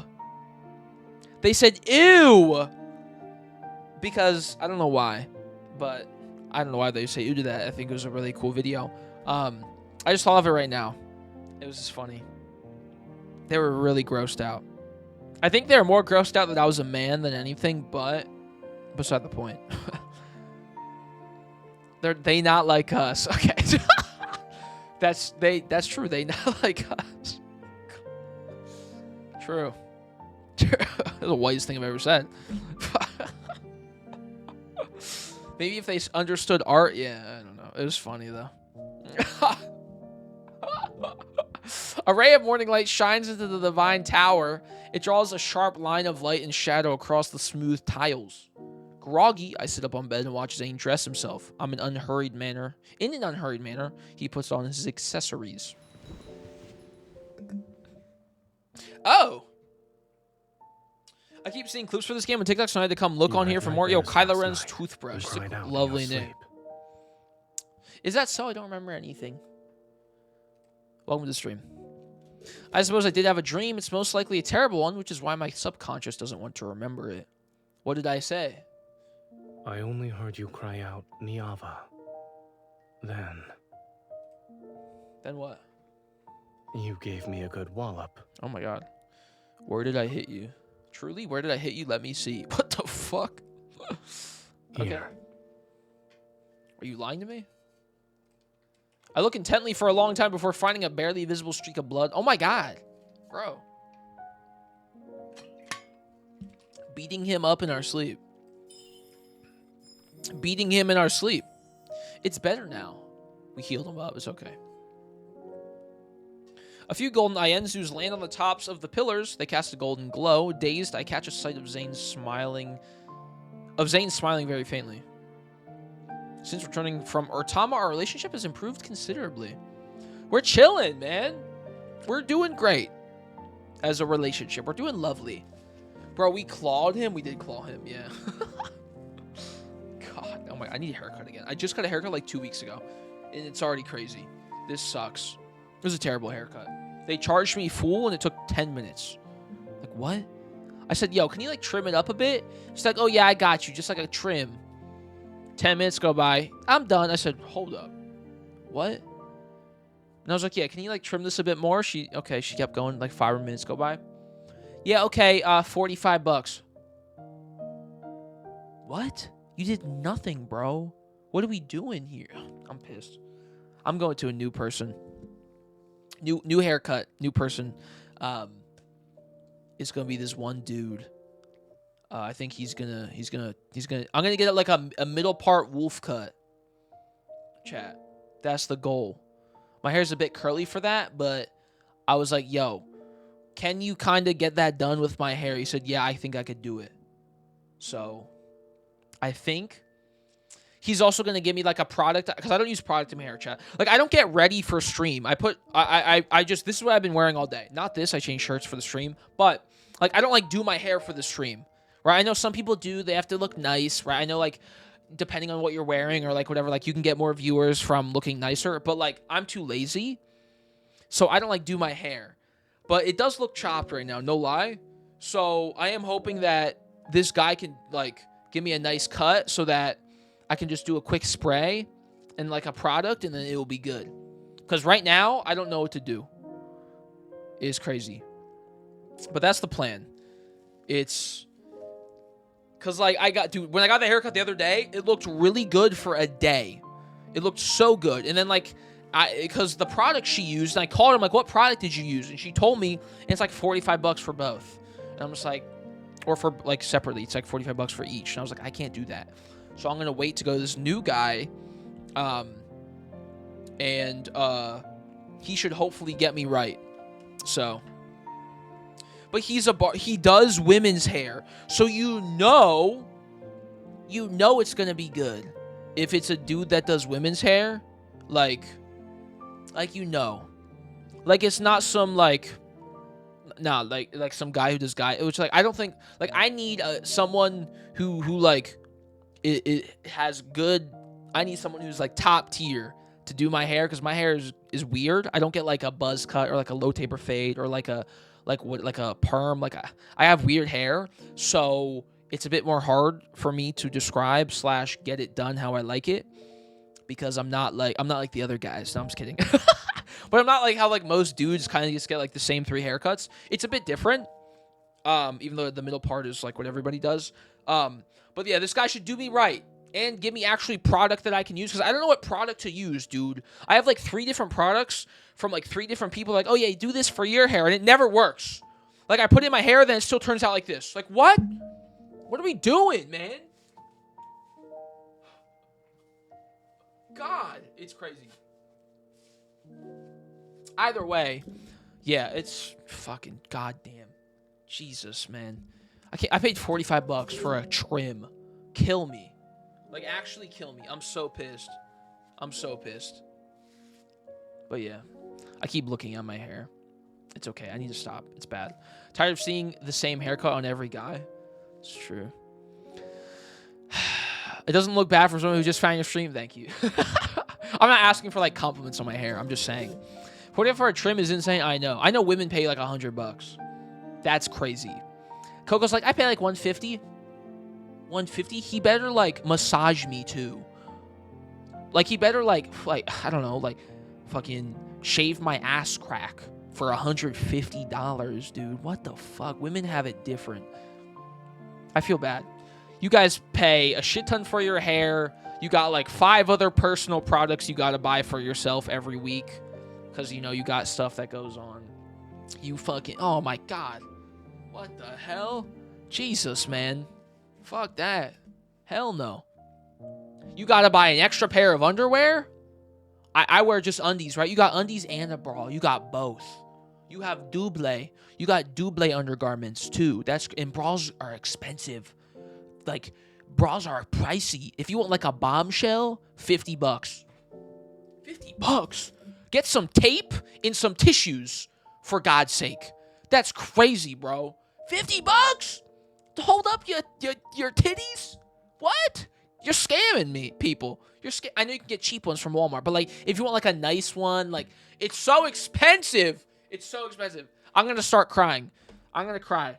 A tear is falling down my face for women right now. I'm so sad for you guys. See? Look. You can't see it, but there's one, I promise. I'm really sad for you. Sorry. Since returning from Urtama, our relationship has improved considerably. Thank you for the follow, Lucky Cat. Whenever I wake up, I often see him. You probably just need a conditioner and maybe some mousse or gel or whatever for curls, then air dry or blow dry. Yeah. For my hair, I have a dandruff. I use like a dandruff thing every like, say I shower like, let's say I do shower every day, but I don't use shampoo every day. But say I shower 7 times, right? Every day. I usually use that like 4 or 5 times. And then the shampoo I use also like 4 or 5 times. And then conditioner I'll use probably every day. But it's some nice ass shit. I get the stuff for women too. But maybe that's wrong. I don't know. Because there's like stuff for dry hair, stuff for like not dry hair, curly, wavy. I'm like volumizing. I just like I don't know. I don't know what I have. Like I don't know. I think mine's wavy, and I think it's like I think it's moisturized, but maybe it needs more because I have a lot. But I don't know, bro. Like I go to the barber and I ask the woman, and she's like, I don't know. I'm like, this is your job. This is your job. Like you should know. Pisses me off. Pissing me off. God, like I just paid you so much money. You've been doing this for 5 years. You're a veteran. I thought you'd know, but maybe, you know, she does women's hair more, so maybe it's not, this is out of her ballpark. But like, still, man, I need like a hair specialist to look at this and say, here are the 3 products you need to use in the shower. Here are the 2 or 3 products you need to use after the shower for it to look like this consistently. For the love of God, someone just tell me, man. It's the most pain in the ass thing for me, is getting my hair to look decent. Like, fucking annoying. Sorry, I'm going on a tangent. If you have fine hair, it's not really dry than lighter stuff. If you have thick hair, more dry hair. I don't know if my hair is dry or not. I don't know. Like, I don't think so, but I don't know what constitutes dry. Like, I think it's fine. Because I shower every day. Because, like, I go to the gym or, like, whatever. But, like, I don't fucking know. I don't know, man. How thick is each strand? I don't know, like, hair? Like, normal hair. I don't know. See, this is the problem. I got no clue. How much USD are you in? What? Bro, I can't see from this distance. Okay. Chat, this isn't going to do anything. My camera sucks.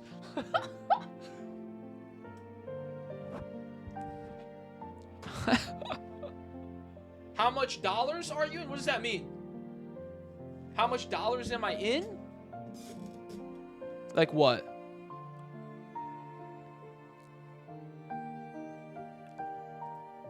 If you got, what's your hair texture? Might just need the right product weight. That's what I need. I don't know those things. I'm the same as you. Hair care is so confusing. I know it's so confusing. I'm also jealous because Coco has it down pat, bro. Her hair is perfect. Did I spend anything? No. No, I haven't. Not recently. Like, her hair is, like, the same thing all the time, and it makes me so upset. Not because, I'm actually upset, but upset that hair's always perfect. And she, like, does this. She uses this product, like, every X amount of days. She uses this product every day, then the other product, another thing. And then she does, like, a hair mask, and then she does, like, this. And like, it looks the same, and it always looks perfect. And I'm like, dude, I wish. I'm going on a tangent.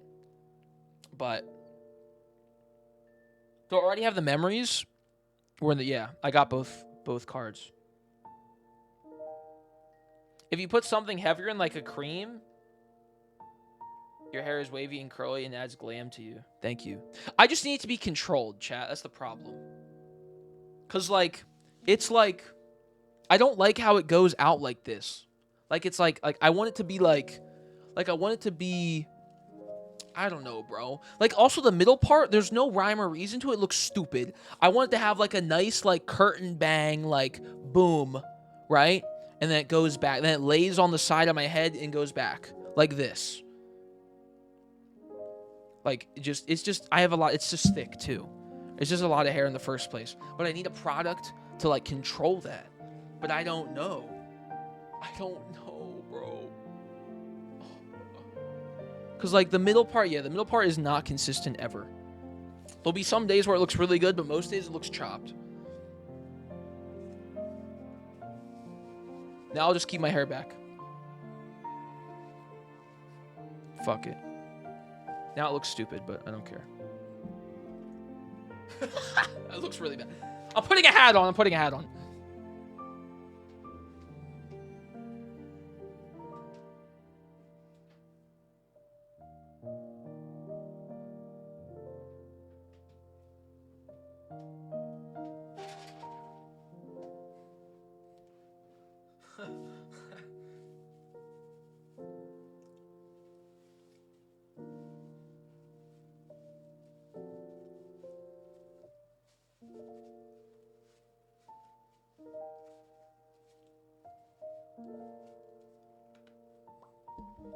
All right, there we go. My hat from Japan. E-Power Presence, or I don't know what this says. My hairstylist will show. I'm going to a new one. So, he's gay. Which usually means he's going to have like 5+ aura and 5+ hairstylist power, right? It's like when you go to, it's like a barista who has piercings. Like they're automatic, it's going to be better. Gay guy doing my hair. Easily, already it's going to be better than what I've had previously. Like instantly. He's going to be, I know he's going to be great to talk to as well. Like I'm very excited. But I have to wait a couple weeks. But I'm looking forward to it because I know he's going to do me good, bro. He's going to do me good. I'm very excited. I'm not, it's not even a joke. I'm being dead serious. Like, he will know what to do perfectly. So, yeah. But okay, let's continue. I'm getting so sidetracked. This is really bad. Okay, so I'm getting so sidetracked. Your hairstyles were, yeah. We love the hair. I'm sorry, I'm putting a hat on. Just find out if you're high or low porosity and go from there. Thank you, Tina. Thank you, ABBA. Great, I love ABBA, by the way. Great music. I don't know my porosity. I don't know. But okay, let's continue. We're halfway through. This is going to take forever. I only knew you had the power to destroy the world, but I didn't know you also had the ability to interpret dreams. I can tell simply by looking at your eyes. Special powers are. I'll figure it out, chat. I will do that. Girl, take off the hat.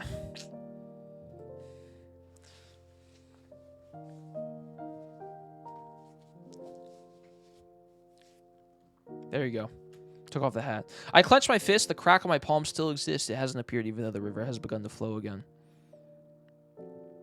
Is it possible the golden Ienzu that turned to ash in the Iengru spire represents Niava?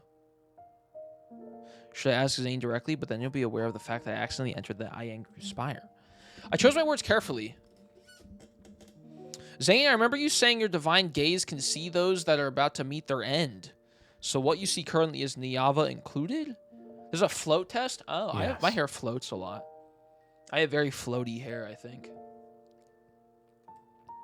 I see. All right, so Niava's fucked, right? I nod for a moment. I can't think of anything else to say, so I can only respond with silence. I thought you'd be furious. Interesting. I am the goddess who protects Niava. If I lose my composure, then Niava's future will fall further into a pit of hopelessness. Besides, didn't you say that you wouldn't let Niava be destroyed? Can I assume that? I smile and place both my hands on Zayne's shoulders. The end, you see, isn't necessarily set in stone. I'll have to be more careful with my words when you're around. Interesting. But you also understand that without an end, nothing new can arise. I need like sea salt spray or something, chat. All realms. I think that might help it. Do not even attempt to touch fate's forbidden territory. Such as Vestrayan? I sigh, my relationship with Zayne has improved so much as of late. I don't want to get into another argument with him again. Damn, they got problems, bro. I understand. I won't take any risks. I give him a hug before jumping down from the bed just as I'm about to head outside. Where are we going? My belt gets caught and I turn around. I haven't decided yet. Maybe I'll walk around and think about how to save Niava. Come with me then. Okay. He pauses. His fingers that rest on my waist falter before tightening the grip. He clears his throat. There's a gift I want to give to you. Oh? Okay. All right. Alrighty. God, that was a long tangent. I'm so sorry. It's almost 2 hours long, and we're not even halfway done. Oh, fuck, this is going to take a while. Zayne leads me through the city's alleys. On the streets and by the riverbank, there are busy, ecstatic humans everywhere. Zayne covers his eyes, and I wear a veil. At this moment, we're simply two lovers walking hand in hand amongst the crowd. Oh my god, he's fitted up. What is this gift? This is the third time you've asked this question. Excuse me. I'm doing my best to restrain myself for the third time. Curiosity about the gift overshadows the slight unease in my heart, yet what I'm more interested in is... Giving gifts isn't something you do. Where did you learn this from? Many humans do this. It's not hard to learn. While speaking, he walks to a wooden stall and lifts the grass cloth curtain that provides shade. Is Sangria here? High priest. Sangria? Great It's been drink. a long time. Just kidding, I don't like it. I don't like sangrias. Sagria. An elderly woman walks out of the wooden stall with trembling steps, and once she sees Zayne, her wrinkles are filled with happiness. I'm here to collect the honey and dates I requested before. No, it's been a great stream so far. I've had a great time. Place it by your pillow. This green screen will definitely be back. We'll definitely be back for more than Lad streams. It'll be back probably for the FF Tactics stream. Oh my.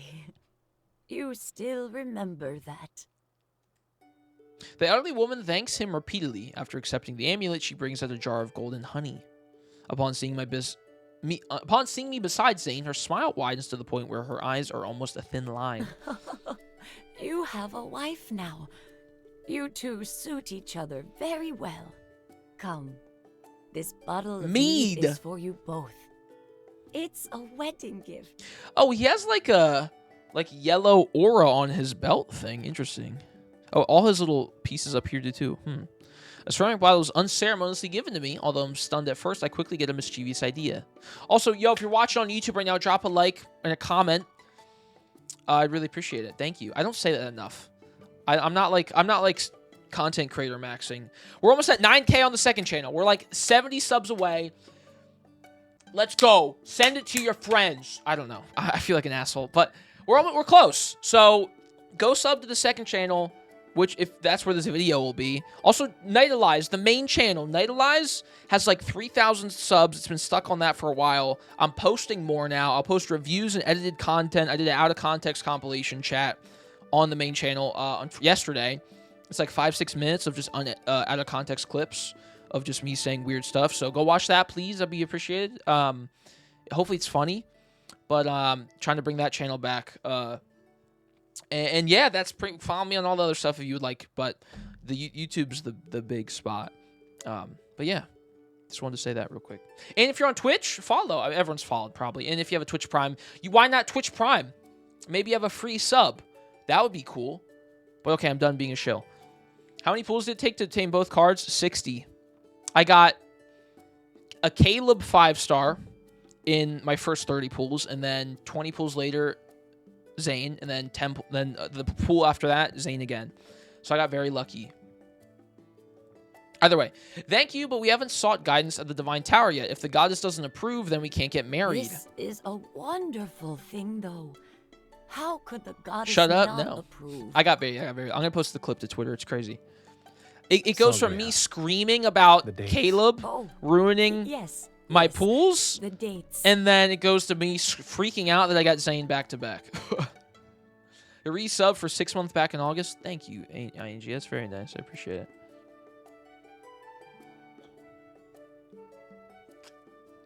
After bidding farewell to Sagria, Zayne carries the heavy dates and honey. He also takes the mead from my arms. Why did you buy so many sweets? They're for divination. We need to please the goddess. How can you be so certain that the goddess will like them? We can find out.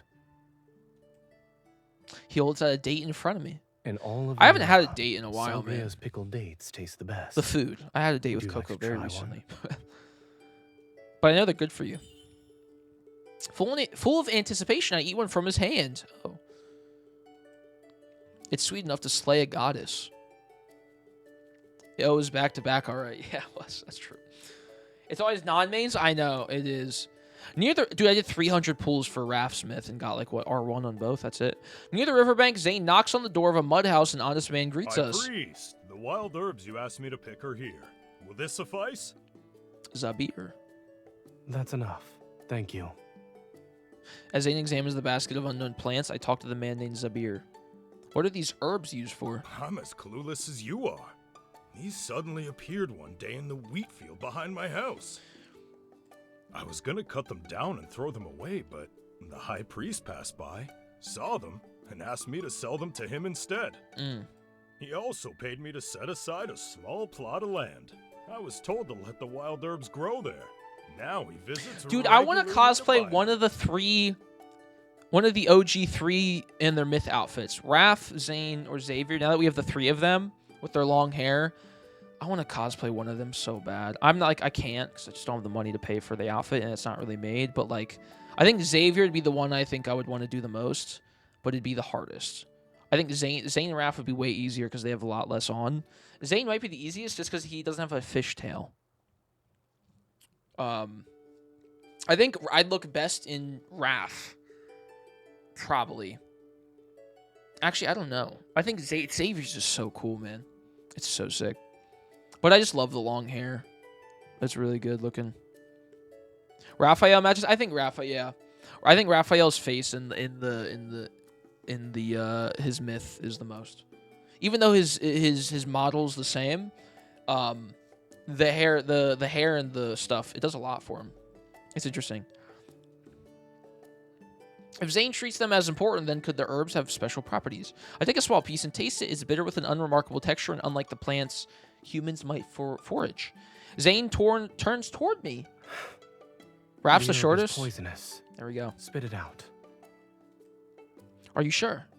My response is accompanied by my gaze. I'm the goddess after all. How could a tiny plant possibly poison me? But Zayne immediately reaches out and grips my jaw. Do you do it yourself? Or do you need me to provide assistance? Oh my god. I'll do it myself. Under Zayne's intimidating gaze, I can only spit out the herb and swallow almost a pot's worth of water to detoxify. Alright. Ayo, Zayne offered to grab stuff. Yeah, man. They just look expensive. Yeah. We continue walking downstream along the riverbank. The clamorous voices fade to an extent and smoke drifts from the tranquil villages. After Zayne exchanges a few words with the shepherd, we gain an ewe, an ewe? I don't know how you say that. As a companion. Honey dates an ewe? Oh, God, I'm sorry, I'm butchering it. Oh my God. Iwi in this, I don't know, maybe. In this basket of wild herbs, none of them look like Zayne's gift. Resting in the shade, I use a bundle of fresh grass to distract the iwi and prevent it from eating the basket of poisonous herbs. It's pronounced you? Oh, thank you. Sorry. I'd look it up. Okay, thank you. Where did you conjure these wheat cakes from? I ran into an acquaintance earlier, and they gave them to me. He spreads the honey he obtained on the wheat cakes and hands them to me. Bro, he spread honey on my wheat cakes. That would be crazy. Honey on her cheeks? Oh. It's like that TikTok. Money-chan. Ha! Wait, that's the wrong one. It's like... sorry. Sorry. You know so many people when you weren't at the Divine Tower were you befriending every mortal you saw. Not that again. I wouldn't call it that. I merely had a few chance encounters and we became associates. Those humans are fond of you. You don't actually dislike Niava. The humans here don't annoy you either. He's chill. I never said I dislike Niava. I gently punch him. Okay. You could have explained this to me earlier, yet you let me have misunderstandings about you for so long.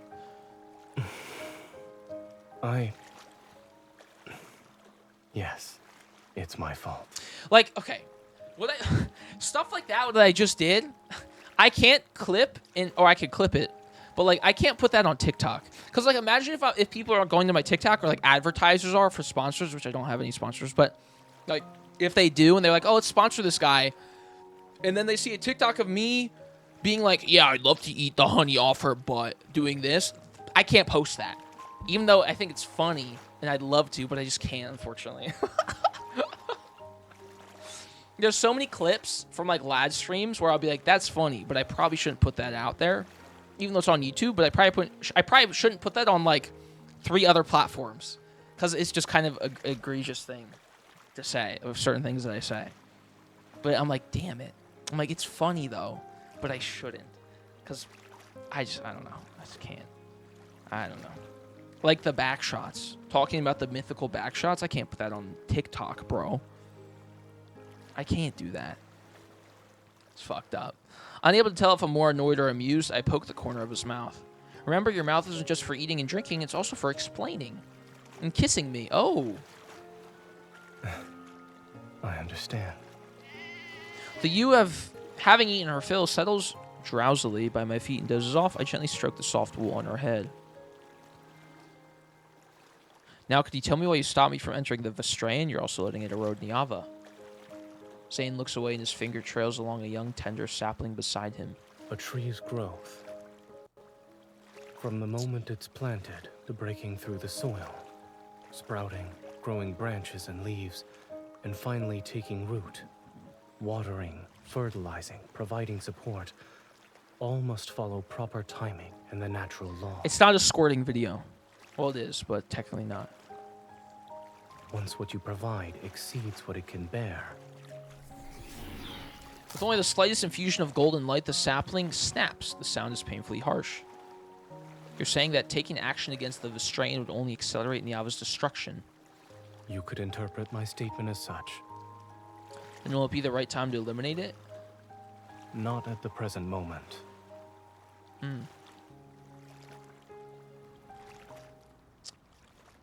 Okay. After passing through another wheat field, Zayne finally brings me to our destination, a home that belongs to farmers. After unloading the items that you had been carrying, a weathered woman welcomes us into the house. God, dude, I've been doing this. It's been 2 hours. I started this like 30 minutes ago. Or, I mean, an hour and a half ago. But it's been an hour and a half and we're not even halfway through. Oh, my God. I got to hurry this up. God. How has Nagan been these past few days? I followed your instructions. Christ. I carried him to the river each day. Long to YouTube wash video. him and fumigated his room with torches. Get some popcorn if you're watching on YouTube. He's been awake for longer periods, but the evil presence on his chest still hasn't disappeared. Let me examine him first. She is an envoy from the Divine Tower. She shall bestow the goddess's blessing upon your child. I feel a gentle push at my back, realizing what's expected of me. I nod respectfully to the woman. She wipes away her tears and bows to me in return. May the grace of the goddess descend upon this place. Come with me. Oh. Okay. Doctor in every universe. Yes, sir. A clay lamp burns inside the mud house, its meager light revealing an unconscious child on the bed. His face is contorted because of the pain, and his breathing is shallow yet labored. There's a fist-sized lump at his chest. Jesus. I've never seen this kind of illness before.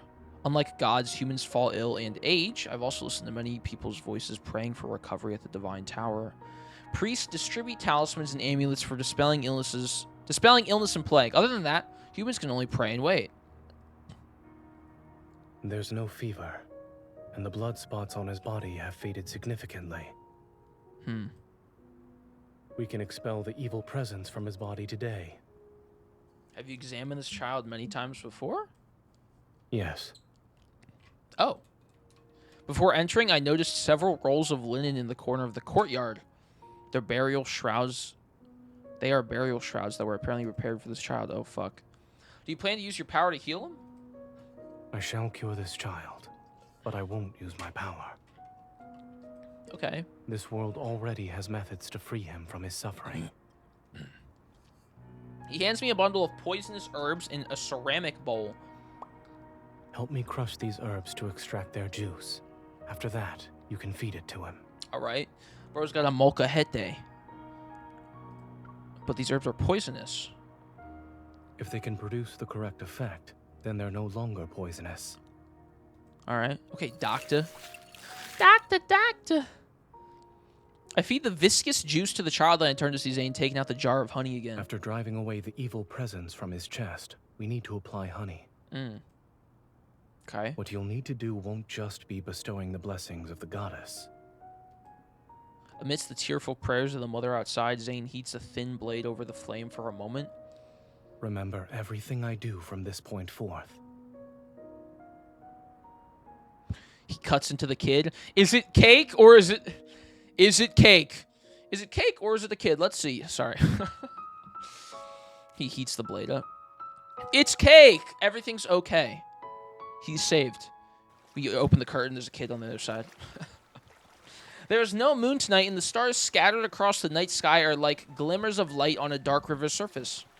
I sit by the riverside to recall the events that unfolded in the room.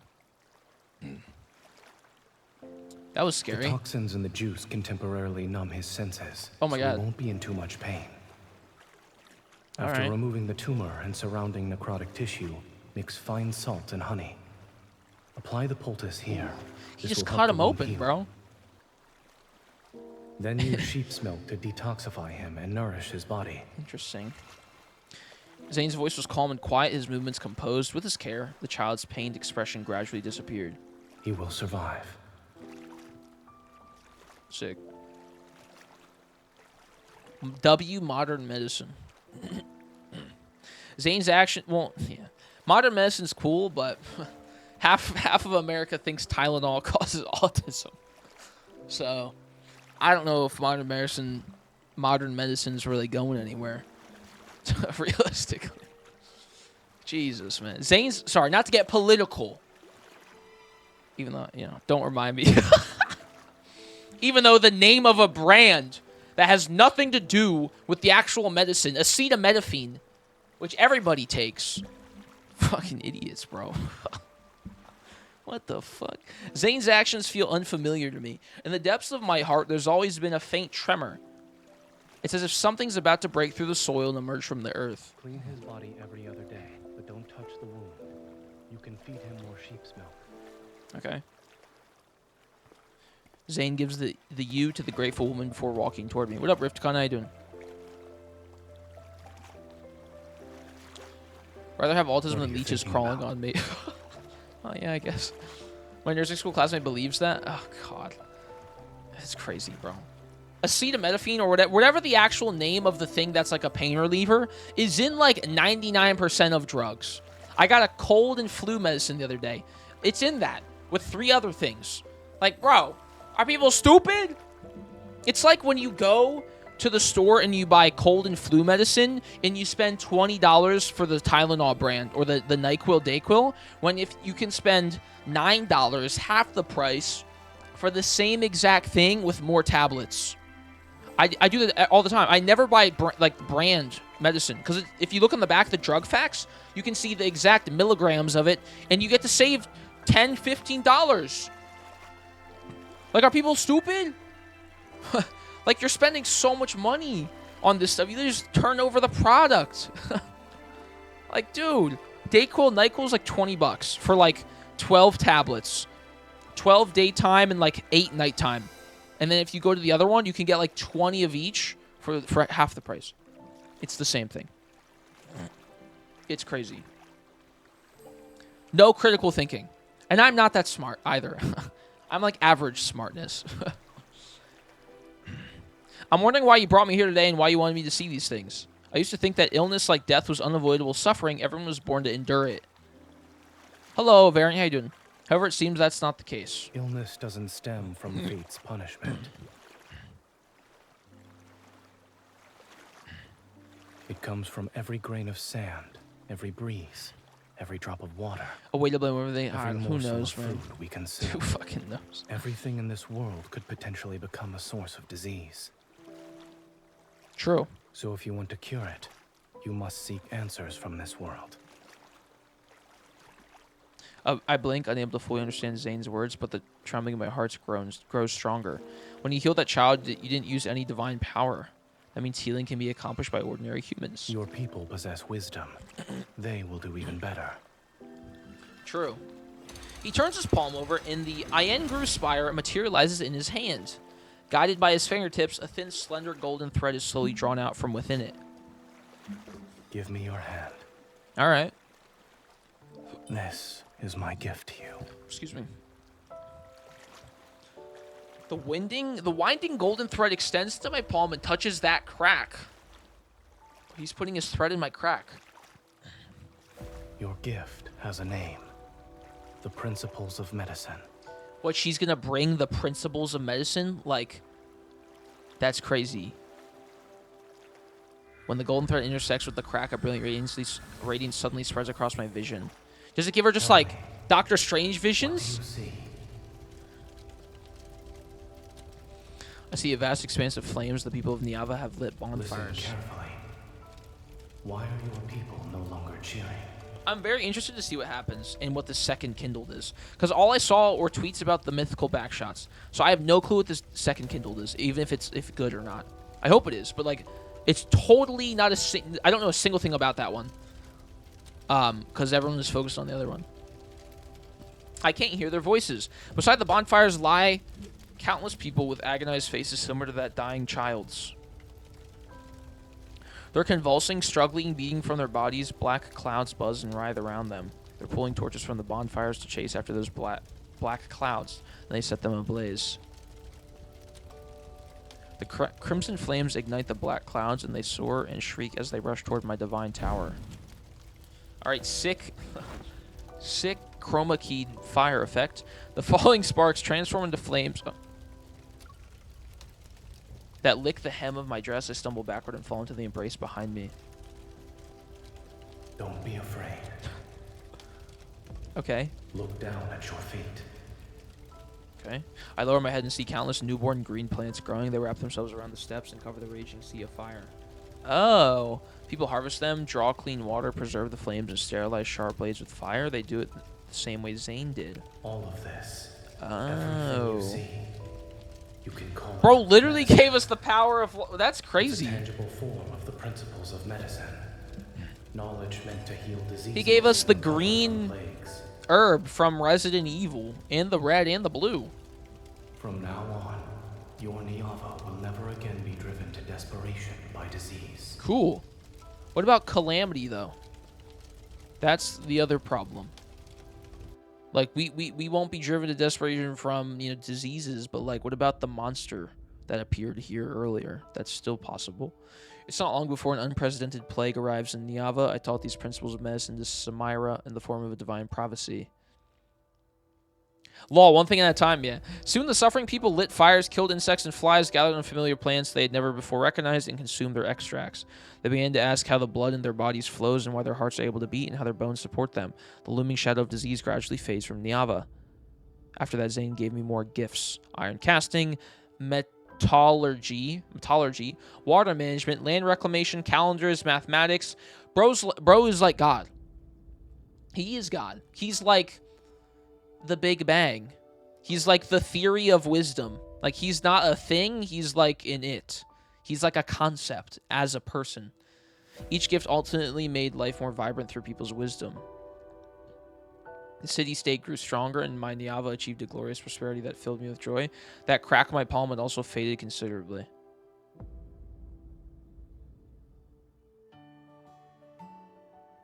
Interesting. Oh, okay. In the plaza before the Divine Tower, a massive statue of a goddess stands completed. The crowd bursts into enthusiastic cheers and cries of admiration. We crafted her body from precious lapis lazuli and traced her features in gold. Okay. Please convey our most devout love to the goddess of Niava. So we're a fraud. Like, we're not a fraud, but we are a fraud. Right? We're getting handouts. Like, I'm kind of mad. I thought we were built different. I guess we weren't. He just put his little thread in our crack and said, there you go. I have heard her response. She likes this gift. May her majestic radiance and glory be everlasting, and may she grant Niava eternal prosperity and splendor. Okay. Well, the thing is though, like, she is obviously the one they worship, because, like, if they're like, hey, you should worship this god of annihilation, they'd be like, no. So he like, she is the messenger. She has to be. But it's kind of fucked up that she can't do it by herself. Samara and I stand amongst the elated crowd. We smile at each other. And may this statue, like your appearance, never be touched by the erosion of time. Thread in our crack and said, here you go. What? That's true. New Instagram update, Threads. With a new In Our Crack update. Samira seems to have already guessed my identity, yet she never says it outright. I pretend not to notice her assumptions. Samira, no one can escape time's gaze. Then, I hope that in the days to come, your smile will remain just like it is today. Oh, my nose is so itchy, dude. Jesus. She's like a sub-god? She can still do... Yeah. Yeah, she is. I touched my cheek beneath the veil and suddenly cleared my throat to suppress my smile. So, the man who troubled the goddess gave her his heart? Why are you always thinking about matters of love as the ruler of a nation? Love brings happiness and fills people with longing and fascination. It's true. That's what makes our goddess shine with Whoever designed joy. Samira needs a raise.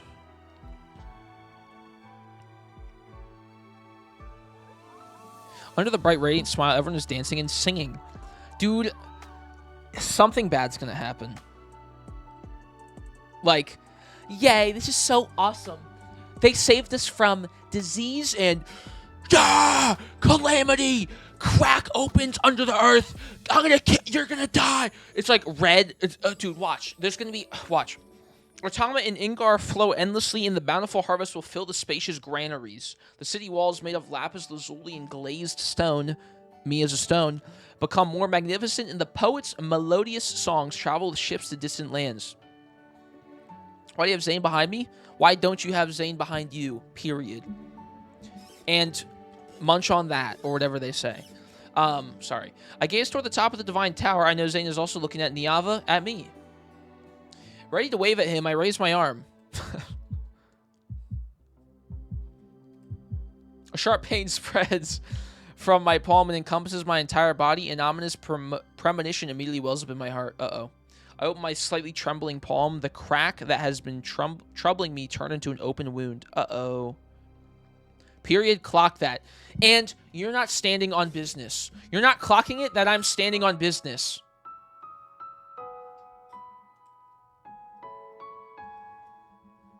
You're not clocking it that I'm standing on business.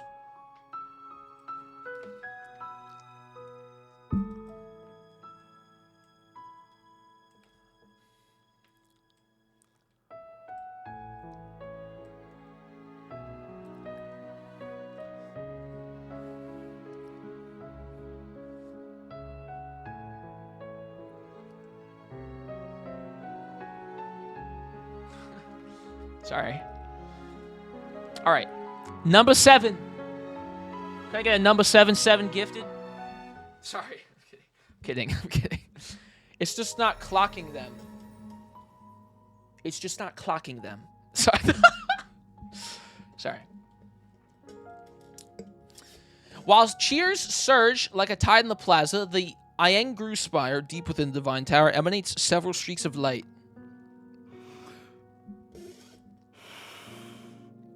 Zayne holds a fractured protocore. The monster that had been entrenched at Urtama dropped it. At the time, he followed the Iengru Spire's divine guidance and traveled to Urtama's source to destroy the magical array he had once created there. Unexpectedly, the array, originally meant to separate two realms, had transformed into a massive monster after accumulating energy for countless years. If I don't destroy the remaining magical arrays, she and Niava will face an even greater disaster. But that would be the herald of an even swifter farewell. Interesting.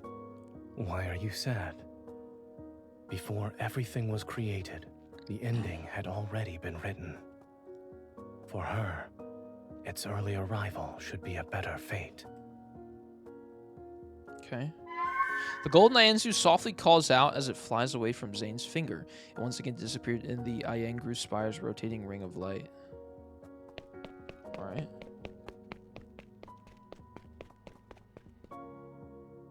I hurry back to the Divine Tower as the stinging pain on my palm announces a cruel fact. The gifts that Zayne gave to me, which were actually facets of a civilization, did not change Niava's path towards destruction. But, besides, didn't you say that you wouldn't let Niava be destroyed? Can I assume that the end you see isn't necessarily set in stone? We already... I'll have okay, to this be is the more flashback. careful with my words when you're around.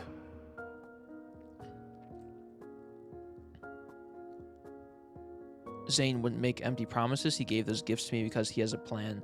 Bro's gonna save us, even though he knows something bad might happen. Zayne, what do you intend to do? My intuition tells me Zayne won't say anything, so where will I find the answer to this mystery? The golden Ienzu's call passes overhead. Following its shadow, I spot the Iengru Spire in the distance. If I enter the Iengru Spire, the mark on my palm appeared after I accidentally entered it. If I enter the Iengru Spire again, will I discover something new?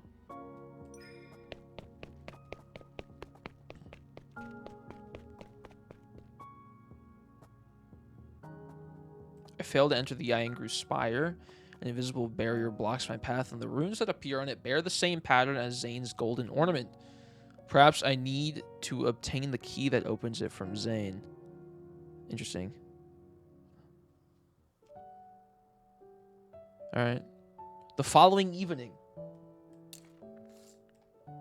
Hug him from the back. What are you doing? I wrap my arms around Zayne's shoulders and see him holding a reed pen. Bro's smoking? He's hitting the vape? He's drawing on a wet clay tablet. The outline looks somewhat familiar. It reminds me of the new statue the humans carved for me. I'm drawing you. What? He looks at my eyes. Oh my god, I can't read that fast enough. He looks at my eyes and eyebrows before carving two more lines. The statue is grand and beautiful, but the face is too rigid. It's lacking a certain charm. Raph behind me? What do you mean? Yeah, he's right there. Cut out. His gaze flits between my face and the clay tablet. Now I can say it's 70 to 80% accurate. Don't you do this bit? What are you talking about? It does look like me. The green screen? What do you mean? The green screen. It's black. It's empty void. It does look like me. Niava's denizens have never seen your real face, but someone ought to remember your appearance. However, what they should recall with even greater clarity is everything you've done for them. True. My appearance isn't important. Humans remembering what the statue looks like is enough. Zayne smiles faintly and carefully sets the clay tablet aside. So this will only belong to me. I look at his chest where one pendant stands out conspicuously amongst the golden ornaments. It's the same as the runic pattern on that barrier of the Iangru Spire. If I get it, I'll be able to enter. I feel slightly guilty, but I must know what Zayne plans to do. Otherwise, I'm afraid there will be consequences I can never undo in the future. Zayne, there's a full moon tonight. Shall we go outside? Full moon? I'll show him a full moon. You know what I mean? All right. Okay.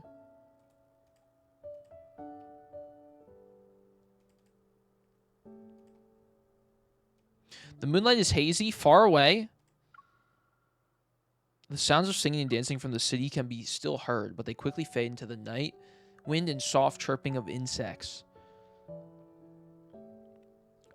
On the terrace of the Divine Tower, I arrange the food I bought from the market on a table and sit down next to Zayne on the rattan bed. Not the nips, what do you mean? I have my shirt on. What are you talking about?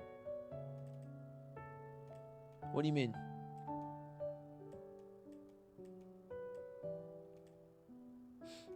What do you mean? It's just Zayne. He's been here. He's been behind me the whole time.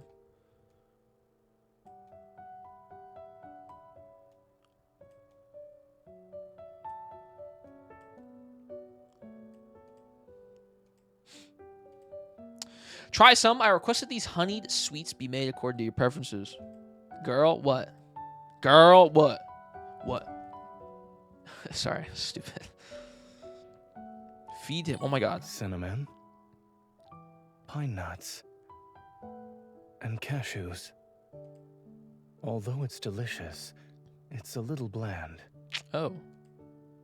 That's impossible. I watched them make these myself. They added this much honey. It's very bland. Oh. Oh my god, wait, I can't read that fast. What happened? I watch Zayne skeptically as he eats two more pieces with the same unfazed expression, I think for a moment before tentatively leaning in to give him a kiss. He likes it sweet. Well, I said he could spread honey on my cheeks. Cough, cough. You're lying, it's so sweet. He's got a sweet tooth.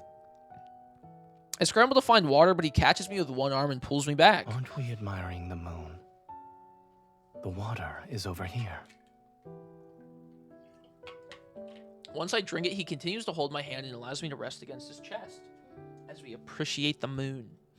The pendant is right before my eyes. Its radiance so bright that it almost hurts to look at it. A long time passes. Oh my god. Seduce him! Do it. Zayne.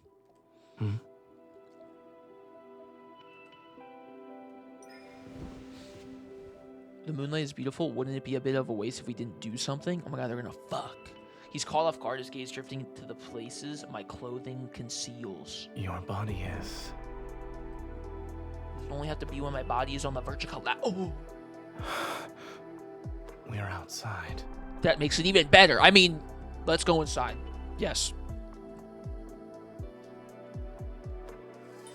To keep him from finding more excuses, I put a sweet into my mouth, wrap my arms around his neck, and lean.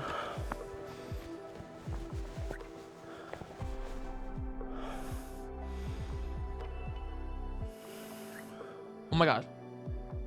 What? The sweat easily stirs up the sweet easily stirs up feelings of pleasure, but when savored more carefully, it becomes far more intoxicating. In the narrow space between our mingled breaths, Zayne slightly turns his head away to avoid my eager pursuit. The kiss that misses its mark lands on the corner of his lips. It draws out deeper, lingering breaths. Is this a gift for me, or a new punishment?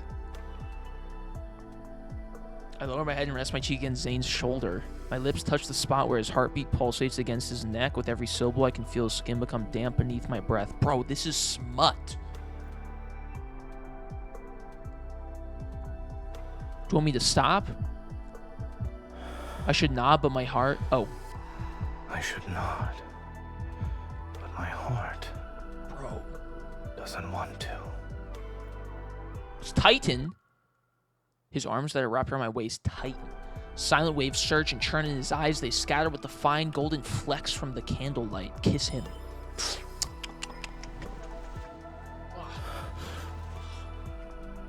Sorry.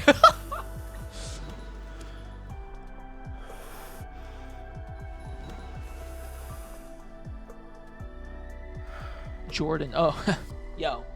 What up, Zayne? How we doing?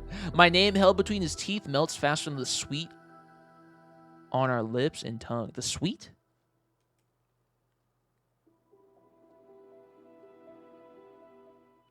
That's it? Bro. Did he bust? Did bro bust? I gotta know. I guess it's called the edge of continuum, so probably not. After helping Zayne settle into a comfortable position, I carefully remove the pendant and approach the Iengru spire. It operates silently. I look up at it, but I hesitate because I realize I'm about to see a truth. A truth? A truth bomb, otherwise known as his penis. Sorry. Sorry. That's what he calls it. He calls it the truth. He's like, I'm going to give you the truth. You know, sorry. It's really weird. Perhaps I'm overthinking this. I shouldn't have deceived Zayne. No, I must know Zayne's true purpose. Even if the consequences are terrible, I'm willing to bear them. What? What? When the pendant touches those runes, golden flames spread out from the Iengru spire and envelop me.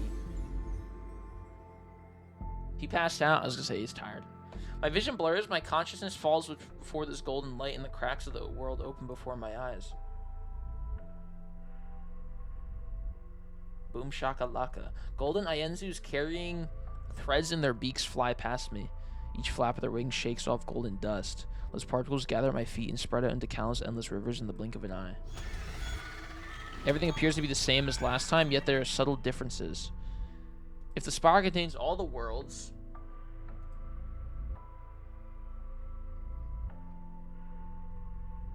Wait, what? In the Discord? That's crazy. I just opened the Discord. Elenium's MC is so bad, bro. Dude, the outfit for MC is so sick. Oh my god. Okay.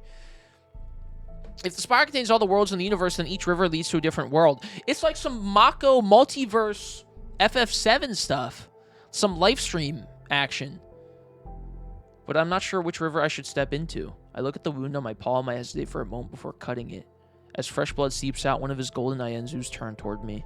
The river it guides also pauses for a few moments. It's that one. I gotta go. See ya, Samara. Thank you for chilling. Oh, here's the cave with the fire. Howling winds carrying an aura heavier than death itself. It pierces my body while hollow reverberations echo endlessly through the boundless darkness. Between jagged mountain ridges, a massive stone gate blocks the winding gravel path before me. A figure clad in gray robes materializes before me. After circling for a moment, the golden Ienzu lands on his shoulder. Deity who has trespassed into Everlost. Here we go. Listen to the Gatekeeper's counsel. Your footsteps can go no further. I seek whatever lies behind the stone gate. Please don't block my path. He looks at the pendant I have. Its light now dim. You're not the first deity to set foot here. But Everlost shows no mercy to visitors. Are you referring to the owner of this pendant? His divine miracles once shook this realm. Zayne has been here. His power has grown weak, and that supreme god is about to meet his end. Unable to tell if my thoughts were frozen from shock or from the cold, I hear my own stiff voice. What brought that god here? Beyond the 7 gates, a stone was the Creatio in stone. Netherworld's bosom. The Creatio stone. It could create life and resurrect the dead. That's a great name. Very creative. The Creatio stone. Right. Awesome. Yeah. Really racked the brain for the name of that one. Eternal slumber. Until that god. Destructio? They just take the N off, dude. The stone of creation. The Creatio stone. Ooh. The stone of power? No, the stone of Powie. Oh, my god. The stone of love. The stone of love. The love stone. Creating life, resurrecting the dead. What did he do with the Creatio stone? It sounds like something from, like, Mickey Mouse, dude. As soon as the question leaves my lips, a truth vaguely reveals itself in my heart. Only a divine soul of a certain weight can resonate with it. Okay. Goddess, who bears the aura of the Creatio stone. Have you already forgotten the eternal realm's bone-chilling cold and darkness? That is where the dead slumber. Okay. When those words fall, my heart stops for a moment. The cold that sweeps across eons drags my soul back to... Wait, hold up. Have you already forgotten the eternal realm's bone-chilling cold and darkness? This is where the dead slumber.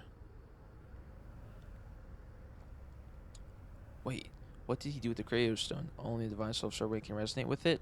Goddess who bears the war of the Creatio stone. Have you already forgotten the eternal realm's bone-chilling cold and darkness? This is where the dead slumber. The coldest is it where the pain will get feel in their bones at death's doorstep, the suffocating darkness? I can't remember anything else.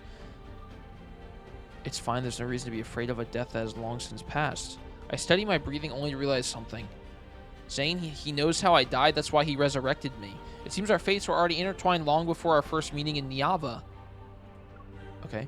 The Creatio stone is precious. When he took it, he must have paid an equivalent price. I could almost see the heavy stone gates slowly open. That familiar figure enters without any hesitation. Is he from the future?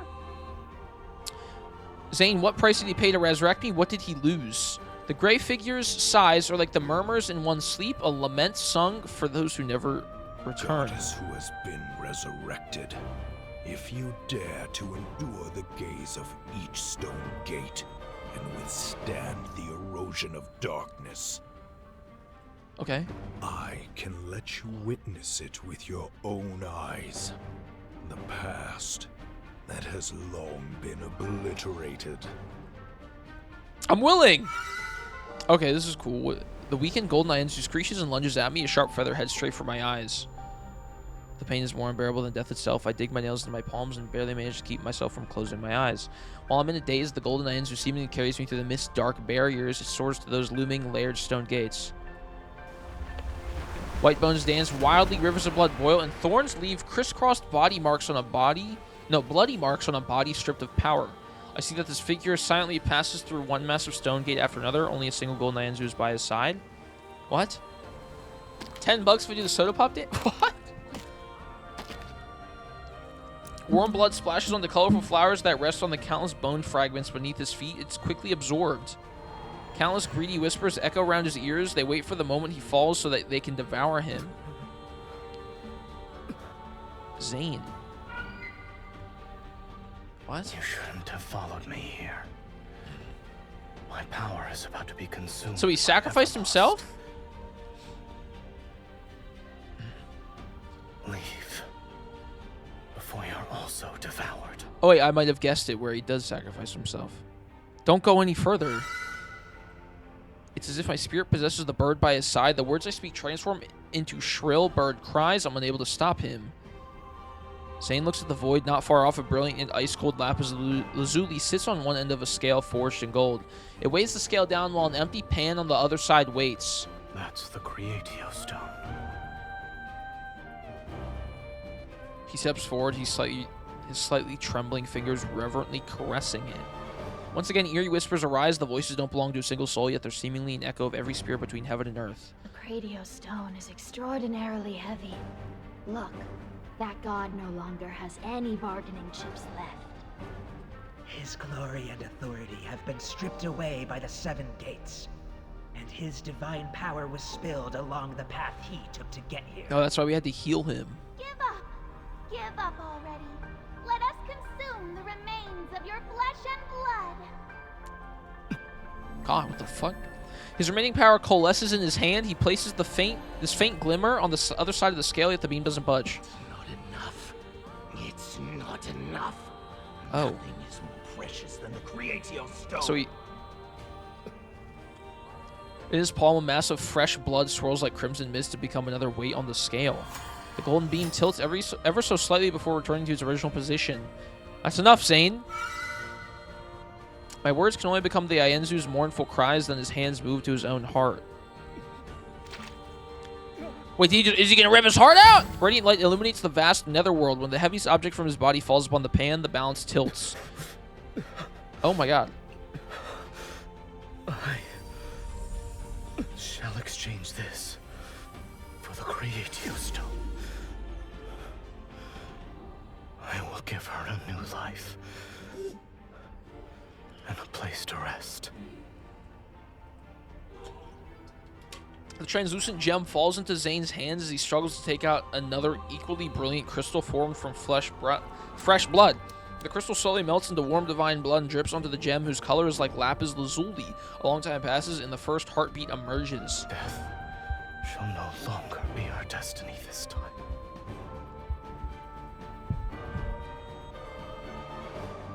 What? So he sacrificed himself for us? I was confused about, like, okay, well then, hold up. I feel like I spent a lifetime in the Iengru Spire, but when I return to the Divine Tower, the moon hasn't even moved westward. Why is he here? Carefully placing the pendant back, I can't help but gently smooth his slightly furrowed brow. He gave everything he could to give to secure a future where I could survive, to construct a world where I could find shelter. Now this world is in danger, and I'll perish along with it.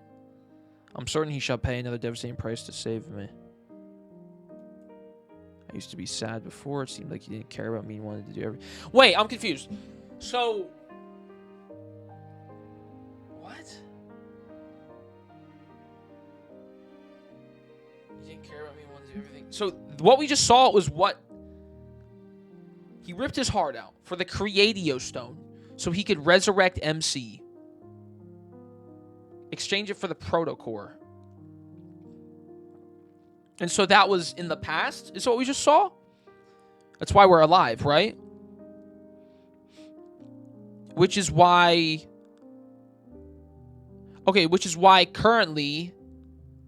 yeah, that was okay. Which is why currently he doesn't have his power. Is because from ripping out his heart and doing all that stuff, he's losing his power.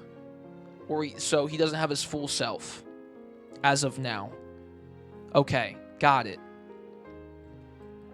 Cool. I was like, wait, this isn't happening currently, because that wouldn't make sense. Oh, okay, yeah, that's the past. Yeah. But now, Zayne, I regret it. So now we know why. These words aren't spoken aloud. I rest my head over where his heart is. I would prefer it if you never liked me.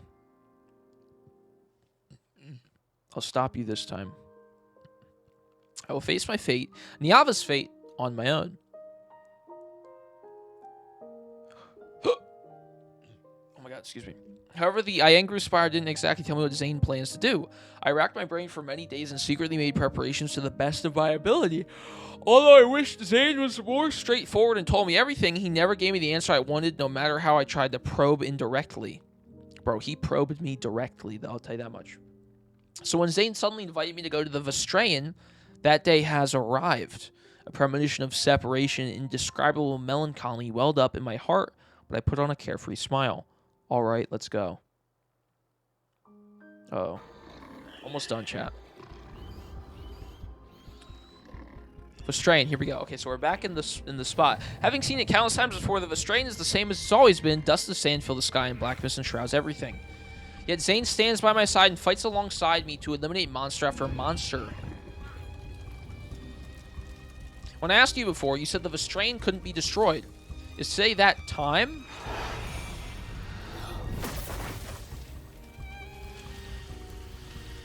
A monster is destroyed because of Zayne's attack, and he turns to me to hand me a strangely shaped... When you fought the monsters here before, they'd always come back, yes? Correct, but they're dissipating now. It's because their protocores have exhausted the last of their energy. Okay. I take the crystal from Zayne's hand. He said that protocores are these monsters' hearts. Even though it looks as brilliant as a gemstone, it brings disaster.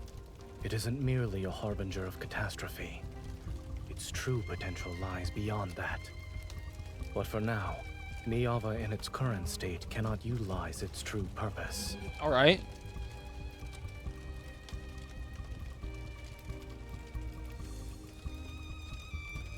Must I wait for another time? He doesn't answer me again. I take a deep breath and channel a small flame of frustration rising in my heart into my sword. I slash the next monster.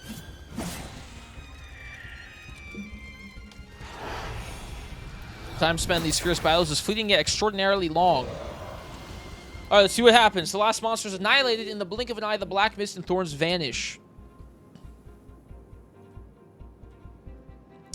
The corrupted land that once brought countless disasters to Niava is seemingly swallowed up by an invisible vortex.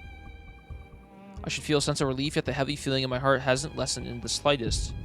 The ground violently shakes and our surroundings ripple with invisible waves. They grow larger and larger until the first crack appears at their center. Okay. What is this? The Vestrayan has vanished. Perhaps this fissure can be considered a wound left after removing a malignant growth. Alright. He stops before it and turns to look at me.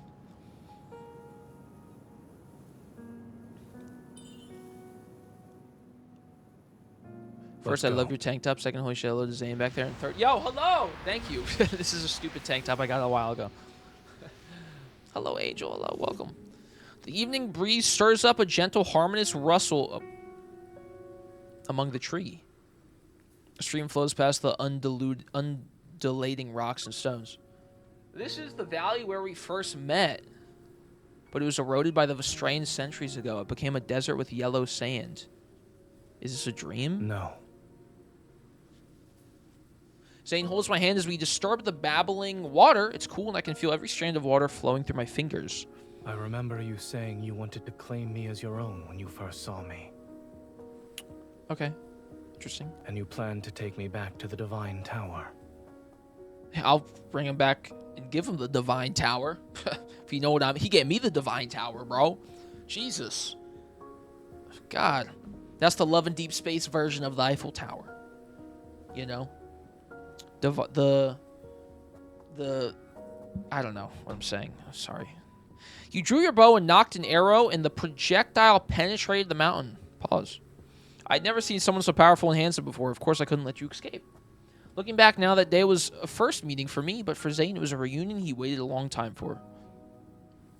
When you saw me back then, what were you thinking? You love and appreciate my energy? Thank you. I appreciate that. I was very fortunate. The first person I encountered in this world was you. Ah. Was seeing a beautiful goddess fall from the sky an unforgettable experience? That beautiful goddess was preoccupied with gawking at me. She then proceeded to slip on a stone and fall. Nice. Indeed. As if we were going for an ordinary stroll, he leads me through the grove after... He leads me through grove after grove of trees... Of trees' shadows. They sway with starlight. We are in the depths of the Vestrayan. Okay. If we go through here, where will we find ourselves? Do you want to know? Oh. I don't. No, no, no. I stop in my tracks and tightly grip his hand. If we reach the end of this world, he might leave me. I want to stay here. I don't want to go anywhere. Then let's stay. We're going to stay here forever. I also don't want to go anywhere. Forever, ever?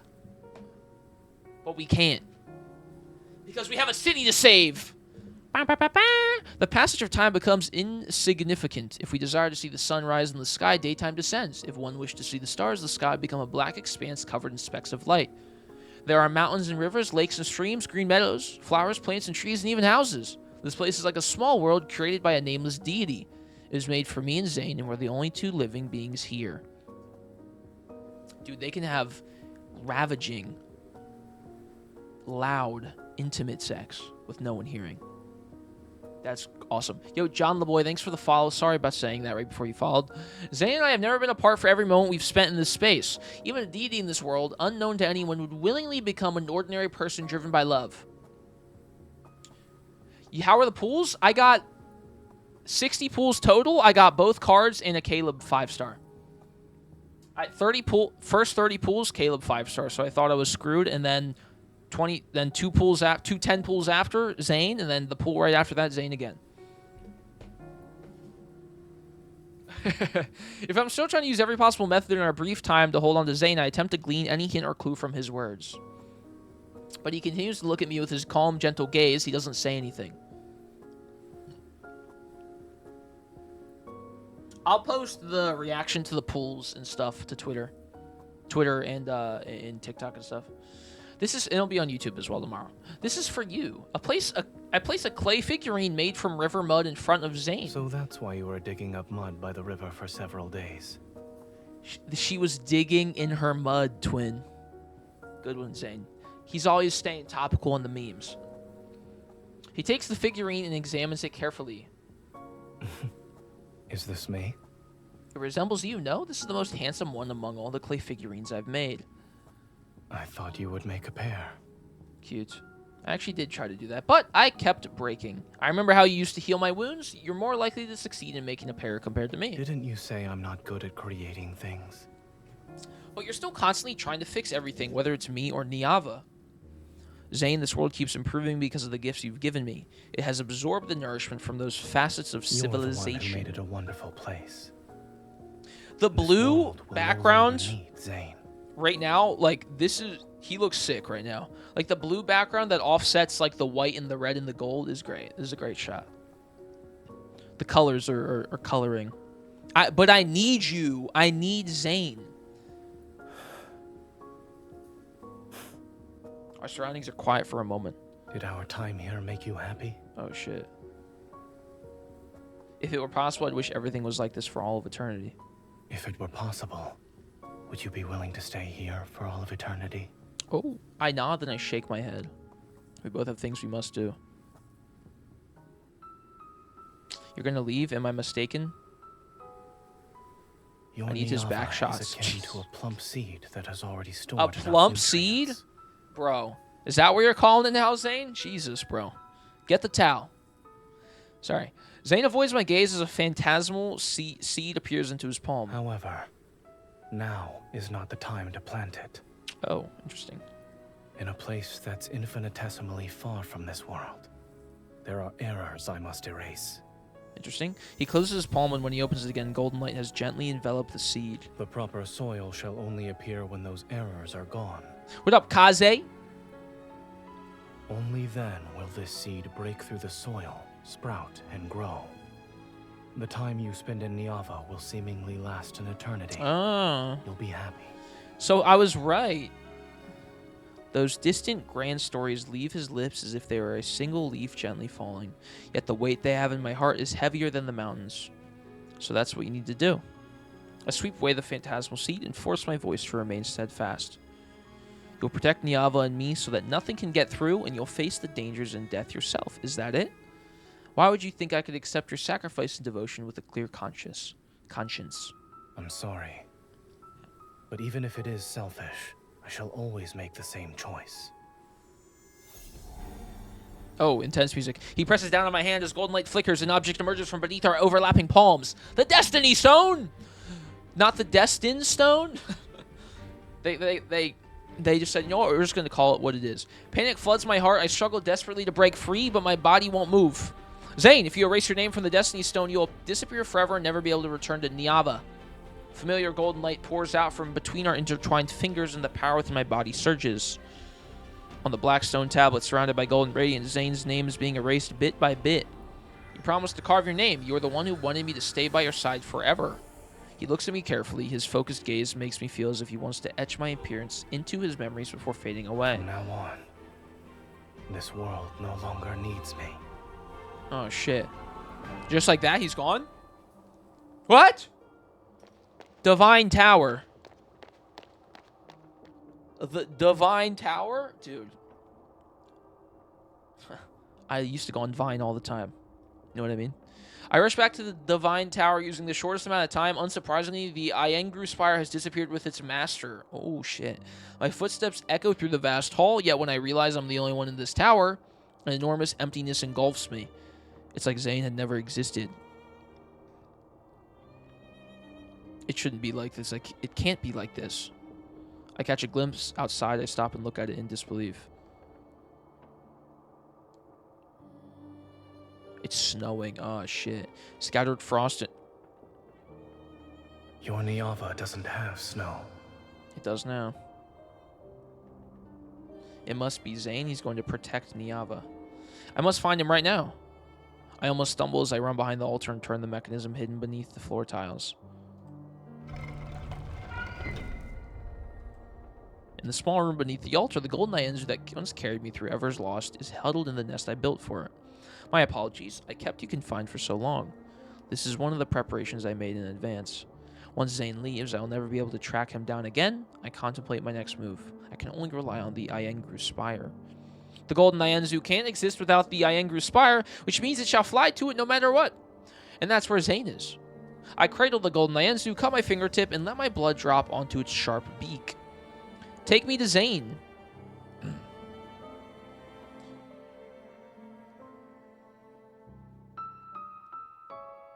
Okay, last one, chat. Here we go. Here we go. It's been 3 hours. This is a long YouTube video. Jesus, man. Golden Nyanzus are born from Zayne's power regardless of his current location. Every bird can sense his presence. The bird I brought back from the Iengru Spire staggers before flapping its wings. Excuse me. It flies towards the depths of the tower. It seems Zayne is still in the Divine Tower. We haven't done the last kindled yet. When my foot touches emptiness, the sensation of weightlessness follows.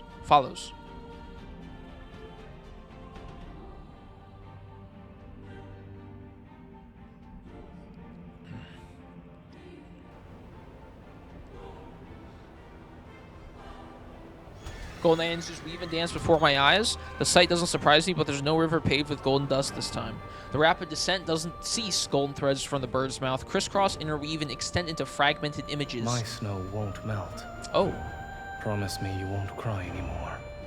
Follow the jasmine's fragrance. Oh. These scenes without order are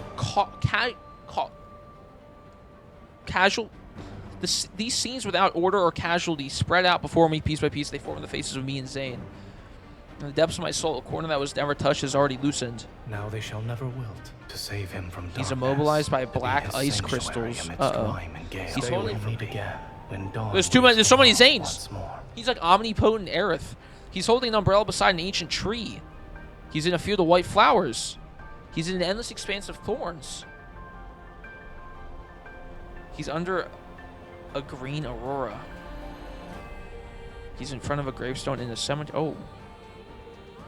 These fragmented images flash rapidly before my eyes. Each one comes to an abrupt halt at yet another farewell. The golden Nyanzus bound to these broken scenes let out shrill cries of sorrow before fading away. My eyes burn and the tears that scatter are swept away by the falling wind. That's me and Zayne. That is our past or perhaps the future. One end of a golden thread is suddenly placed into my hand as if being held up by a pair of gentle hands. I slowly stop falling. Meanwhile, the golden Nyanzu that brought me here spreads its wings and flies toward the depths of pure white. Tightly grasping the golden thread on my hand, a brilliant magic circle slowly materializes in my periphery. He's waiting for me there.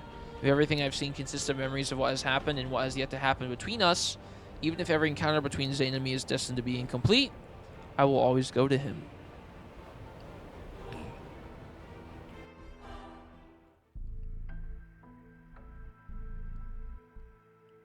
My gate, oh my god, what the fuck? My gaze overwhelmed by light slowly recovers, yet I feel like a suspended wisp in this overly bright white room. Zayne is standing in front of more than 10 tablets made of materials I've never seen before. Bro, are we in like... This is like near music. Images I don't understand flicker across from them. He's here, but he can't see me.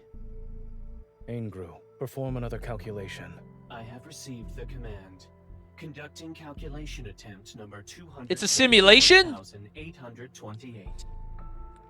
It's like Westworld or whatever. I haven't seen that show. The images on the tablets change rapidly in silence. Countless calculations flow across them. Route Z0905 has been successfully calculated. Beginning simulation of Route Z0905 solution.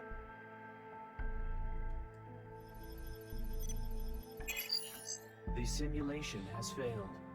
Based on historical data and model parameters, no successful pathway exists. The optimal solution is the predetermined plan you have previously inputted. He's like, Doctor, no he is. evacuation of life forms is necessary. The 271,828th calculation has been completed. All pathways converge on the same result. Damn. The margin of error is 0. He's on some Doctor Strange shit. 0.0000000. I guess Doctor Strange is a magical doctor. Well, his name's Doctor Strange. Fucking idiot. But yeah. So. Should I flag the fatal flaws in this pathway? It's a. Oh yeah, 0905. Oh yeah, it just happened like 3 weeks ago. That won't be necessary. He lowers his gaze, his fingers trace those cold images before finally falling to his side in silence. In all the time we spent together, I've never seen Zayne reveal a complex, indescribable expression. My heart feels as though it's being squeezed by an invisible hand. Sorcerer Supreme shit, yeah. He's got the similar fit, though. I love the skeleton thing on his hands. It's so sick. What, you're allowed to hide everything from me, but I'm not allowed to catch you off guard for once? Oh, clock his T, sister! Clock him! Zayne, you're a fraud. Before I can realize the rest of my frustration, I'm pulled into an embrace. You shouldn't have come here. Uh-oh. Why should I listen to you?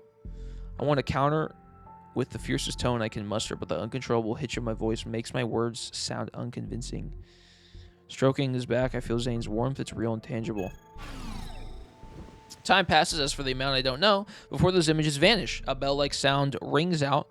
We slowly return to our senses and gradually let go of each other as if we woke up from a dream. Neither of us speaks for some time. Then my frustration gets the better of me and I can't help but give him a good poke. I told you that mouths are for explaining. I asked you so many times and gave you so many chances. I didn't give you permission to leave me. It was wrong of me to keep secrets from you. However, separation is already the best outcome for us. Says who? I hate separation the most. Nothing about it is good. I grab Zayne's hand tightly to prevent him from trying to abandon me again. Niava is the world I'm meant to protect. No matter what happens, I should be the one standing on the front lines. This is what's going to happen in FF7 Part 3 at the end. Aerith is going to come back. He's going to be like... Cloud's going to be like, Aerith, I'm trying to save you. And she's going to be like, I'm trying to calculate, like, all these possibilities where I can save you guys and not have to die. And it's like, it has to happen. And then it will either end where they somehow save her or she somehow still dies. it's not clocking you that I'm standing on. I'm like Cynthia Erivo, where I'm guessing the future of FF7 Part 3. You know what I mean? Even if the only possible ending is destruction, I refuse to let you face it alone. All right. Sorry. I have a lot of energy, chat. Then stay here with me. I breathe a sigh of relief and take in the strange, mysterious scenery around us. Are these errors? Are these the errors you mentioned? The ones that need to be erased? It's not just these. Zayne traces a faint pattern in the air. 2 circles, each a different color yet partially overlapping, immediately appear. This world exists separately from Niava, but both coexist within the same universe. Just like FF7. The fate of destruction has already descended here. It won't be long until it has no connection to Niava. He cuts the boundary connecting the 2 circles. The black circle gradually disappears without a trace. Only the golden circle is left behind. This gives like Kingdom Hearts vibes. With all the things, universes. The last connection between Niava and this world will be severed like that. If it disappears, then Niava won't be destroyed? Something to that effect. As for where we are at the moment, you may think of this place as my divine tower. It's like the tree of the tree of whatever from Xenoblade, where like the whole world is like, this is like a real tree. And it's like, you know, this big cool thing, and then they go to the tree and it's like a big like lab, a science fiction like robotic lab in the inside, literally like this. And they're like, oh shit, like this isn't real. This is like some dude making like a fake universe and playing God and controlling, and he just it's literally Xenoblade as well. This is cool. This is really sick. You're not just a god in Niava, you're also a god here. The ground beneath our feet shakes without warning. Sounds akin to rumbling from underground echo from outside the room. Be careful. Like in Pantheon. I don't know much about it, but yeah. When Zayne pulls me to his side, the shaking stops. Is your divine tower collapsing? Yes. This place is already in ruins. It could collapse at any moment from those kinds of tremors. And like, I think I don't know if in Xenoblade, but like, it's like I'm in this like sci-fi-esque tower thing, making these worlds and playing God, even though I'm not, even though he's God in this. And those worlds from them, the universe, like those universes create power to power like the thing that he's doing this in. So it's like a loop. So when they all fail, now the tower he's in is getting destroyed. I know that's not what the story is, but like there's a game that does something like that, but I don't remember what it is. I played it a while ago. In the pause between flickering lights, Zayne pulls open an inconspicuous door in the wall and leads me through. It's kind of similar to what's happening, but not really. We hurry out the pure white room as the sounds of debris and cracking echo behind us. Before us stretches a long dark corridor where wind whistles through fissures in its walls. Its mournful reverberation resounds. This is really cool, though. I like this whole thing. We're heading to the top floor. We need to disrupt the magical array there. Only by completing the separation of the 2 worlds can the Angru Spire reconnect with Niava. Interesting. Well, you'll accompany me, yes? It's giving Expedition 33 a bit. He takes my hand and begins walking through the dim corridor. Along both sides of the passageway, there are flickering lights that barely illuminate our surroundings. Everything is dilapidated and decayed as if it had suffered through chaos or an instance or ransacking in the past. This is really interesting. I like the whole, like, it's like how this was going, then it turns like sci-fi. It's just so sick to me. This would be a good story for like a JRPG. I don't know what my foot touched, but the wall in front of me suddenly flashes with scenes I've never seen before. My Lord, why do you no longer show us mercy? Oh. You have already seen us in the ruins. If even you have abandoned us, then is there anything left for us to believe in? Are we not devout enough? What if Impel just let us be happy? Stop answering our prayers? Save me, my lord. I don't want to die like this. So are these people technically real? I guess they are. The sounds from the images on the wall reverberate against my eardrums. Shocked, I grab Zayne and stop in my tracks. And all those angry, desperate, anguished faces turn toward the same person. Zayne, they once claimed this world as their own. Oh. There are more secrets hidden behind his straightforward words, and the fragmented light casts shadows across Zayne's profile. Do you want to continue listening to this story? It might be a tale that will tell me what I've always wanted to know, everything about him. If it's about you, I want to hear it. All right. Each display cycles with the different images repeatedly. The nearest one shifts. Countless transparent tubes are arranged in neat rows throughout a massive room. All of them have symbols I can't understand. In this world, humans had no names, only numbers. Like binary? Those individuals pursued maximum efficiency and discarded everything they deemed useless or detrimental to their world's progress. They worshipped the principles that would make this place perfect. So it's like, it's not a simulation, but it kind of is. It's like calculated. The principles. Oh! Are they similar to the water? Dude, they're literally playing like Civ 6. Like, yeah. It's like they gamified their world. Or he gamified, like, he made the real world into like a fake simulation game thing. Like a Civ game. Those who mastered the most fundamental and profound principles were called gods. In that regard, it's very much like your Niava. That's literally what it is. That's actually, this is a cool. I like this. This is really cool. So I'm into the gods this. used their principles to bring their world longer lifespans and endless happiness. There's a game that's done this, and I can't think of it, man. God, it's annoying because this is sick. In the next image, healthy children grow up and the gravely ill recover quickly. People took much longer to reach old age and die. Time passed, and in the eyes Outlast. of humans, gods were omnipotent beings who granted every request. So eventually, they demanded eternal life. I remember the day Zayne taught me those medical principles and the small plant that died in his hands. The gods didn't respond to their requests. They couldn't do that because they're fake gods. In other words, what they wanted was something this world couldn't support yet. Wishes went unfulfilled. Only shattered hopes. And then it screwed up the whole image. To humanity, the gods became bringers of obliteration. We can't stay here any longer. We need to go now. Hence why he's the god of annihilation, because because it flipped on them. He takes my hand again, but he holds it tighter this time. Yeah, that's why we're the messenger. Because like I said earlier, it was like she has to be the messenger for his stuff, because if he shows up, they're gonna be like, you are bad.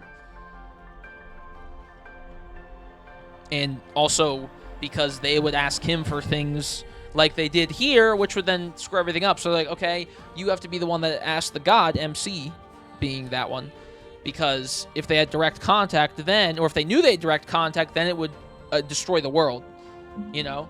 So that's why he was there for us, because that wouldn't happen. Interesting. This is cool.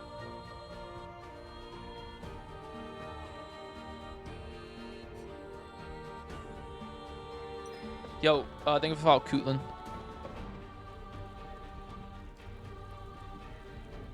I watch as the thin tubes in the display disappear. They're replaced by images of crystal stones, one after another. There, humans who ignored the warnings cheer for those beautiful crystals. The images on the corridor's walls continue to shift. Humans pursue principles that exceed the world's capacity to sustain it.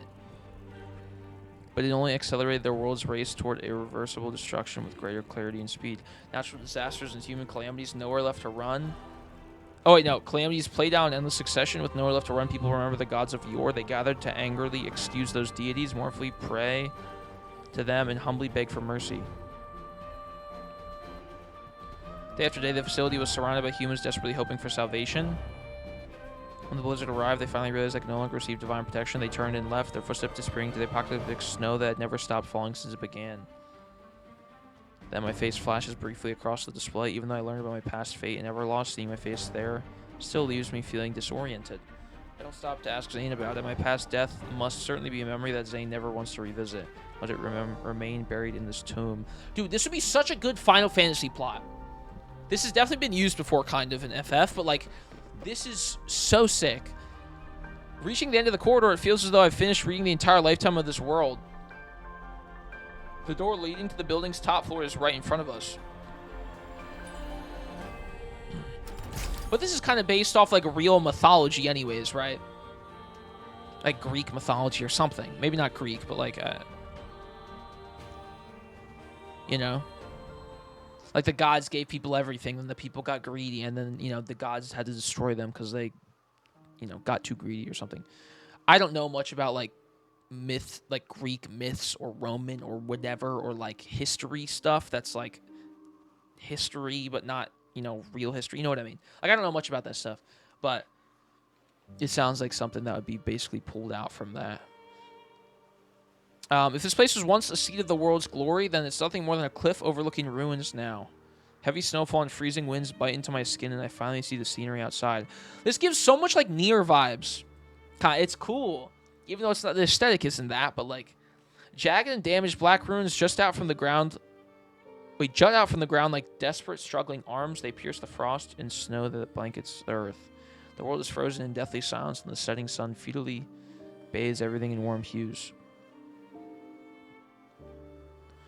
Prometheus or Tower of Babel?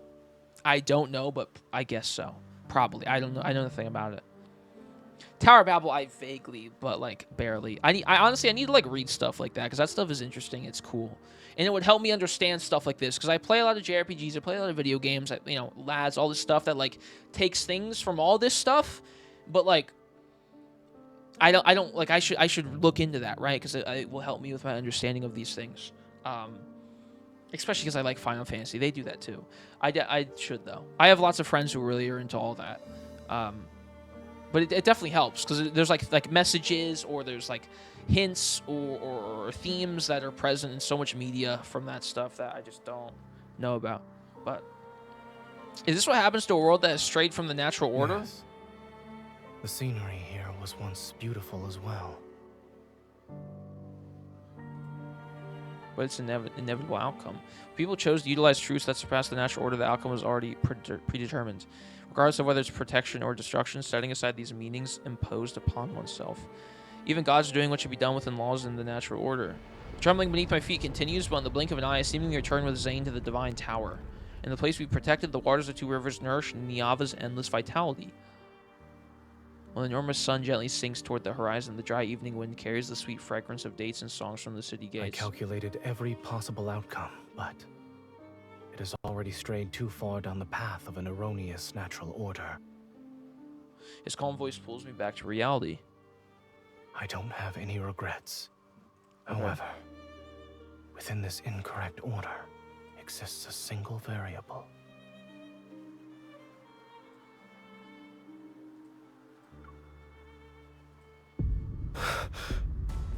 Accompanied by violent trembling beneath my feet, a massive magical array unlike anything I've ever seen manifest. This is the final connection between Niava and this world. A massive golden Nyanzu struggles out from this strange magical ray. Black crystals cover its body. It's not a golden Nyanzu, it's the monster similar to the one from the river. I was gonna say, yeah, it's gonna be another monster. Watch out.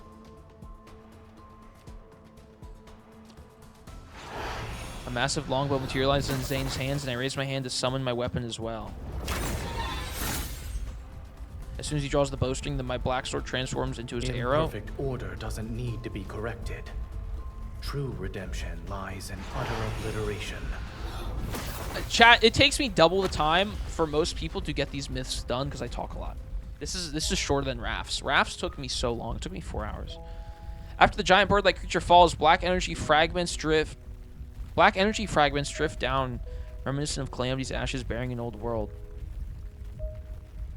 The tremors and rumbling from the world below grow stronger. They transform into ripples that destroy this facility. I've also gotten on more tangents today than I usually do. We've been sidetracked a lot, but it's been good. It's been good convos. It's been a great stream. It's been really fun. I've really enjoyed. This myth is fun. This is phenomenal. This is probably my favorite. This might be my favorite. I know I feel like I say it all the time, but like, this might be my favorite story in the game. Like, the whole sci-fi thing at the end kind of made it my favorite. Like, if it didn't do that, I think I still really enjoyed it. But that whole like twist here at the end is kind of shot it up. It makes it really cool. Yes. Zayne, is it over? The pungent scent of blood fills my nostrils as Zayne's blood-stained figure appears. I don't like I love sci-fi is my favorite thing ever. I love science fiction. Like I like aliens, xenomorph, kind of like I don't watch Gundam, but like that aesthetic. Oh, it's like Final Fantasy, like Nova Crystallis, like that. Like that's not sci-fi, but like you know what I mean. Like FF13. Oh, it's so sick. Aesthetic is so cool. Xenoblade, whatever. The Iangru Spire activates in his hands as a familiar golden magic circle projects beneath our feet. All right, let's lock in. Go. This is your last chance to leave. You're telling me to go back to Niava alone? You liar. What is the kindled then? You never planned to leave with me from the start. You are correct about one thing. I only know how to bring about ruin. So I truly am unskilled at creation. The severance is complete. This world will no longer corrupt Niava, and it won't drag it down into the abyss. After this, your Niava can peacefully wait in the universe. It shall wait for when it's ready to break through the soil and flourish. This moment I think I finally understand. Same in the video you mentioned, yes? To be more To be more precise, it is my selfish desire.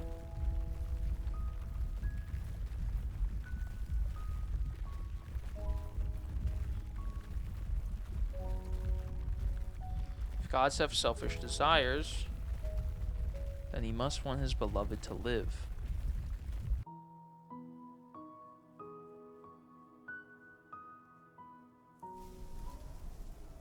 Oh god, this is the Kindle. The Kindle's literally the ending. Thank God I didn't watch the trailer, bro. Oh my god.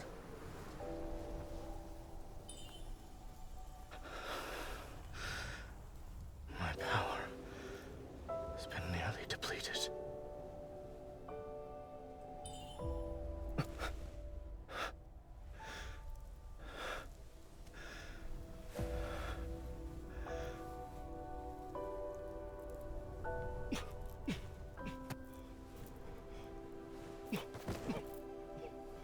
Bro's dying. Oh my god. Wait. Fortunately, yes, we still have time to watch this sunset.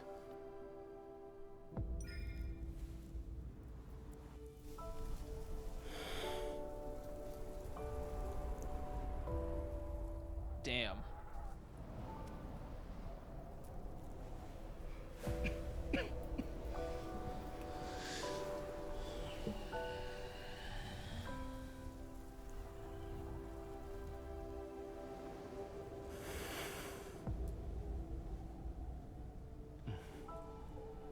It's very beautiful.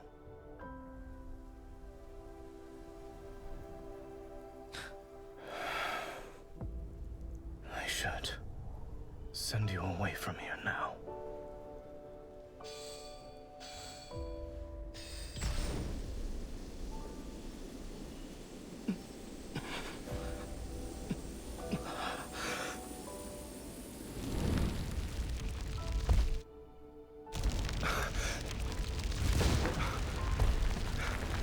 Give me your hand.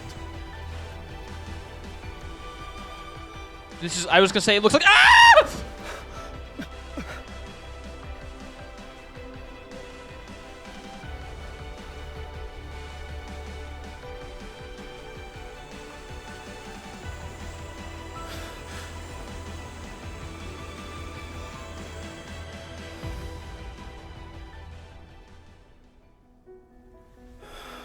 What happened? Did I get the bad ending?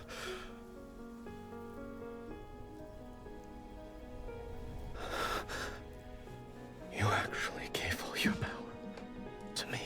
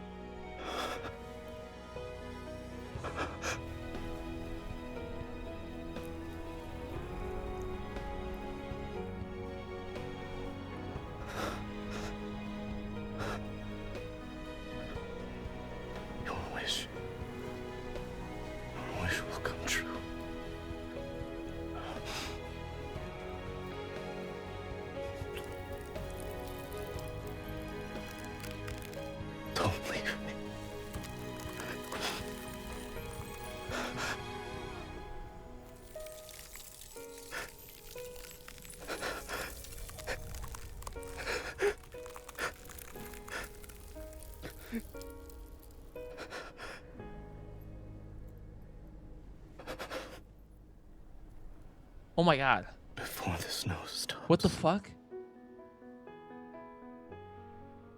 I'll wait for our reunion.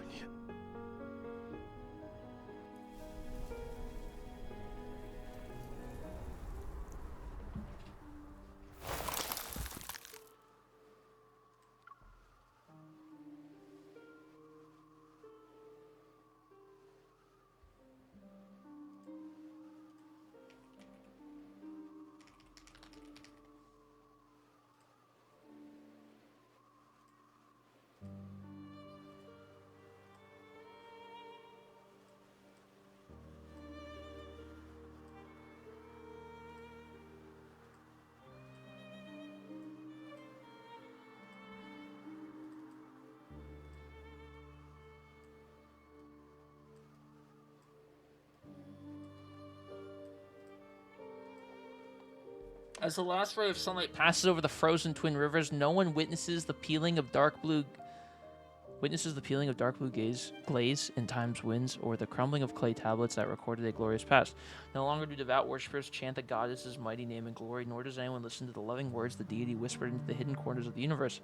Pure white swirls down from above to blanket every sound and breath of life in the world. What was once the goddess has fallen into a silence more enduring than death itself. Within the cold and quiet, she waits for the next reunion with her beloved. At the end of the tower's long staircase, the Iengru spire erupts with brilliant radiance, and the light instantly devours the goddess's dwelling. The divine tower collapses and shall become one of the countless golden threads within the Iengru spire.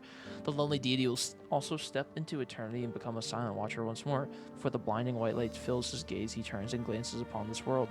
The golden Anzu spreads his wings, its brilliant golden feathers transforming in the wind and snow. They become as translucent as ice.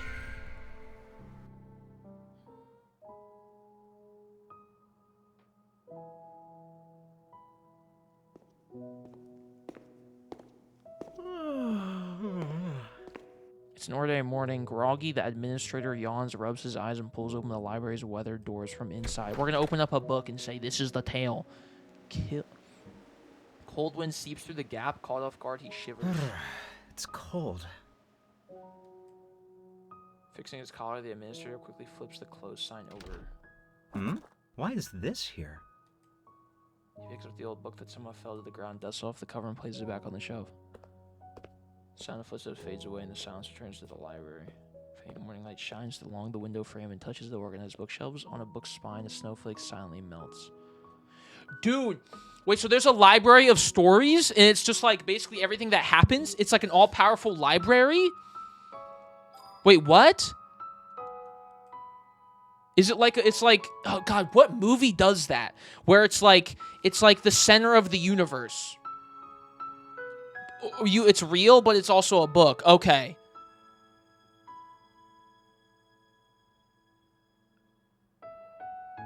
It's a fractal library. Zayne is the protector of this place.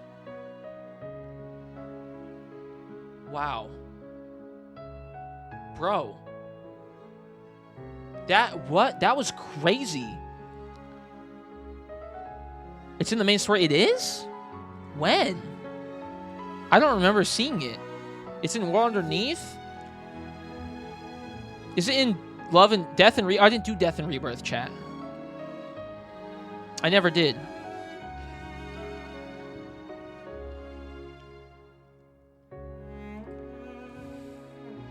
Just finished Zayne's new myth.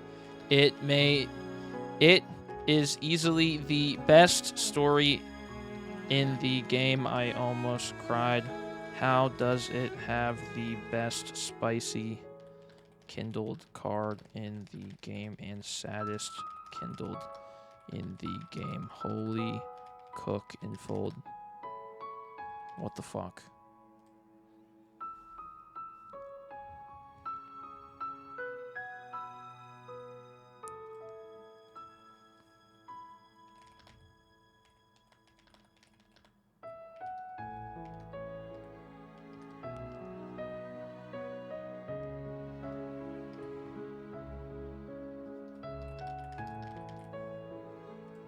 Dude, that is crazy.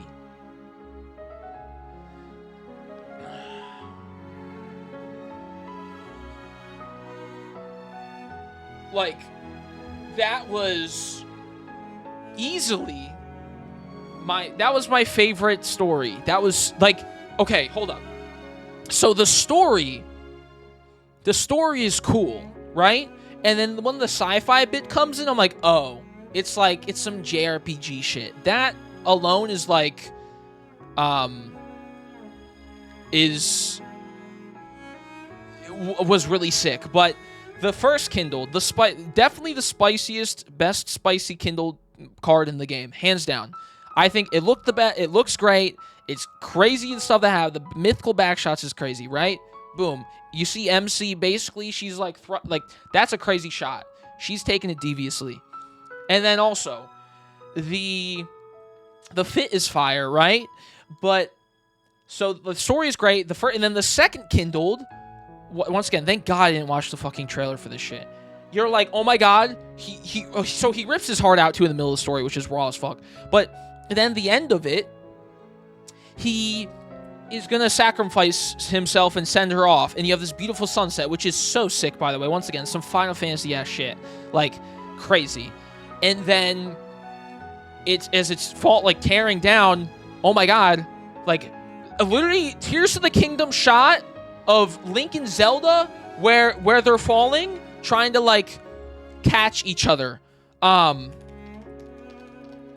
that happens at the end of the game. It's actually cinema. This shit is so sick. Hold up, where is this, bro?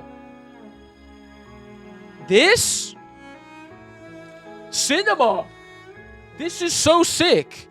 Like, bro, Zelda like falling to her death, and Link is like just defeats Ganon. He's like, I gotta save my girl. God, it's so. And unfortunately, in Love and Deep Space, MC dies. But like that was cool. I messed the QTE up. And then so it falls down, and you're like, okay, like are they both good? And Zayne is the most distraught. I think might be the best facial animation in the game. Like that, like he was about to cry, and like Raphael's, he looks like he's about to cry, and Xavier too. But like this was different. Like this is like bro looks. I've never seen so much pain in Li's eyes before. I think ever, and the way he like grabs on her as she's like freezing.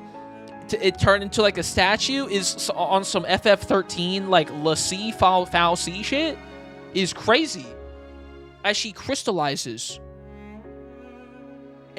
Like I didn't think that was gonna happen. Like even if that twist didn't happen, it would have been really good. But the twist is crazy. Like we hit this with the sci-fi like multiple universe like Doctor Strange shit. Then you hit us with the like with her dying in the end. Like, I know, like, she dies in Raphael's and they both die in Zayne. Like, it's right. But the reason it's so good in this one is because it's not how it turns out to be. In the other two myths, it's like, oh, this is going to happen. And the thing that they say or hint at that, like, is or isn't going to happen, happens, right? In this one, they're like, oh, Zayne's got to sacrifice himself. And he does that, but that doesn't happen. In something totally different, you either think, oh, he'll sacrifice himself, or they'll save him somehow and they'll both will live. But no, he's in the middle of doing the thing that was going to happen, and then some bad shit happens, like, not on purpose. And then she died. God, that's crazy. Cinema.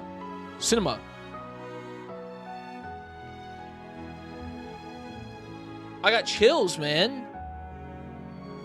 Oh my God. That was so good. That was so good. I'm blown away. Also, this is another shot. Right here. This is from the beginning of Tears of the Kingdom. That's so cool. They hit me with this shit, though. Dude. Oh my God.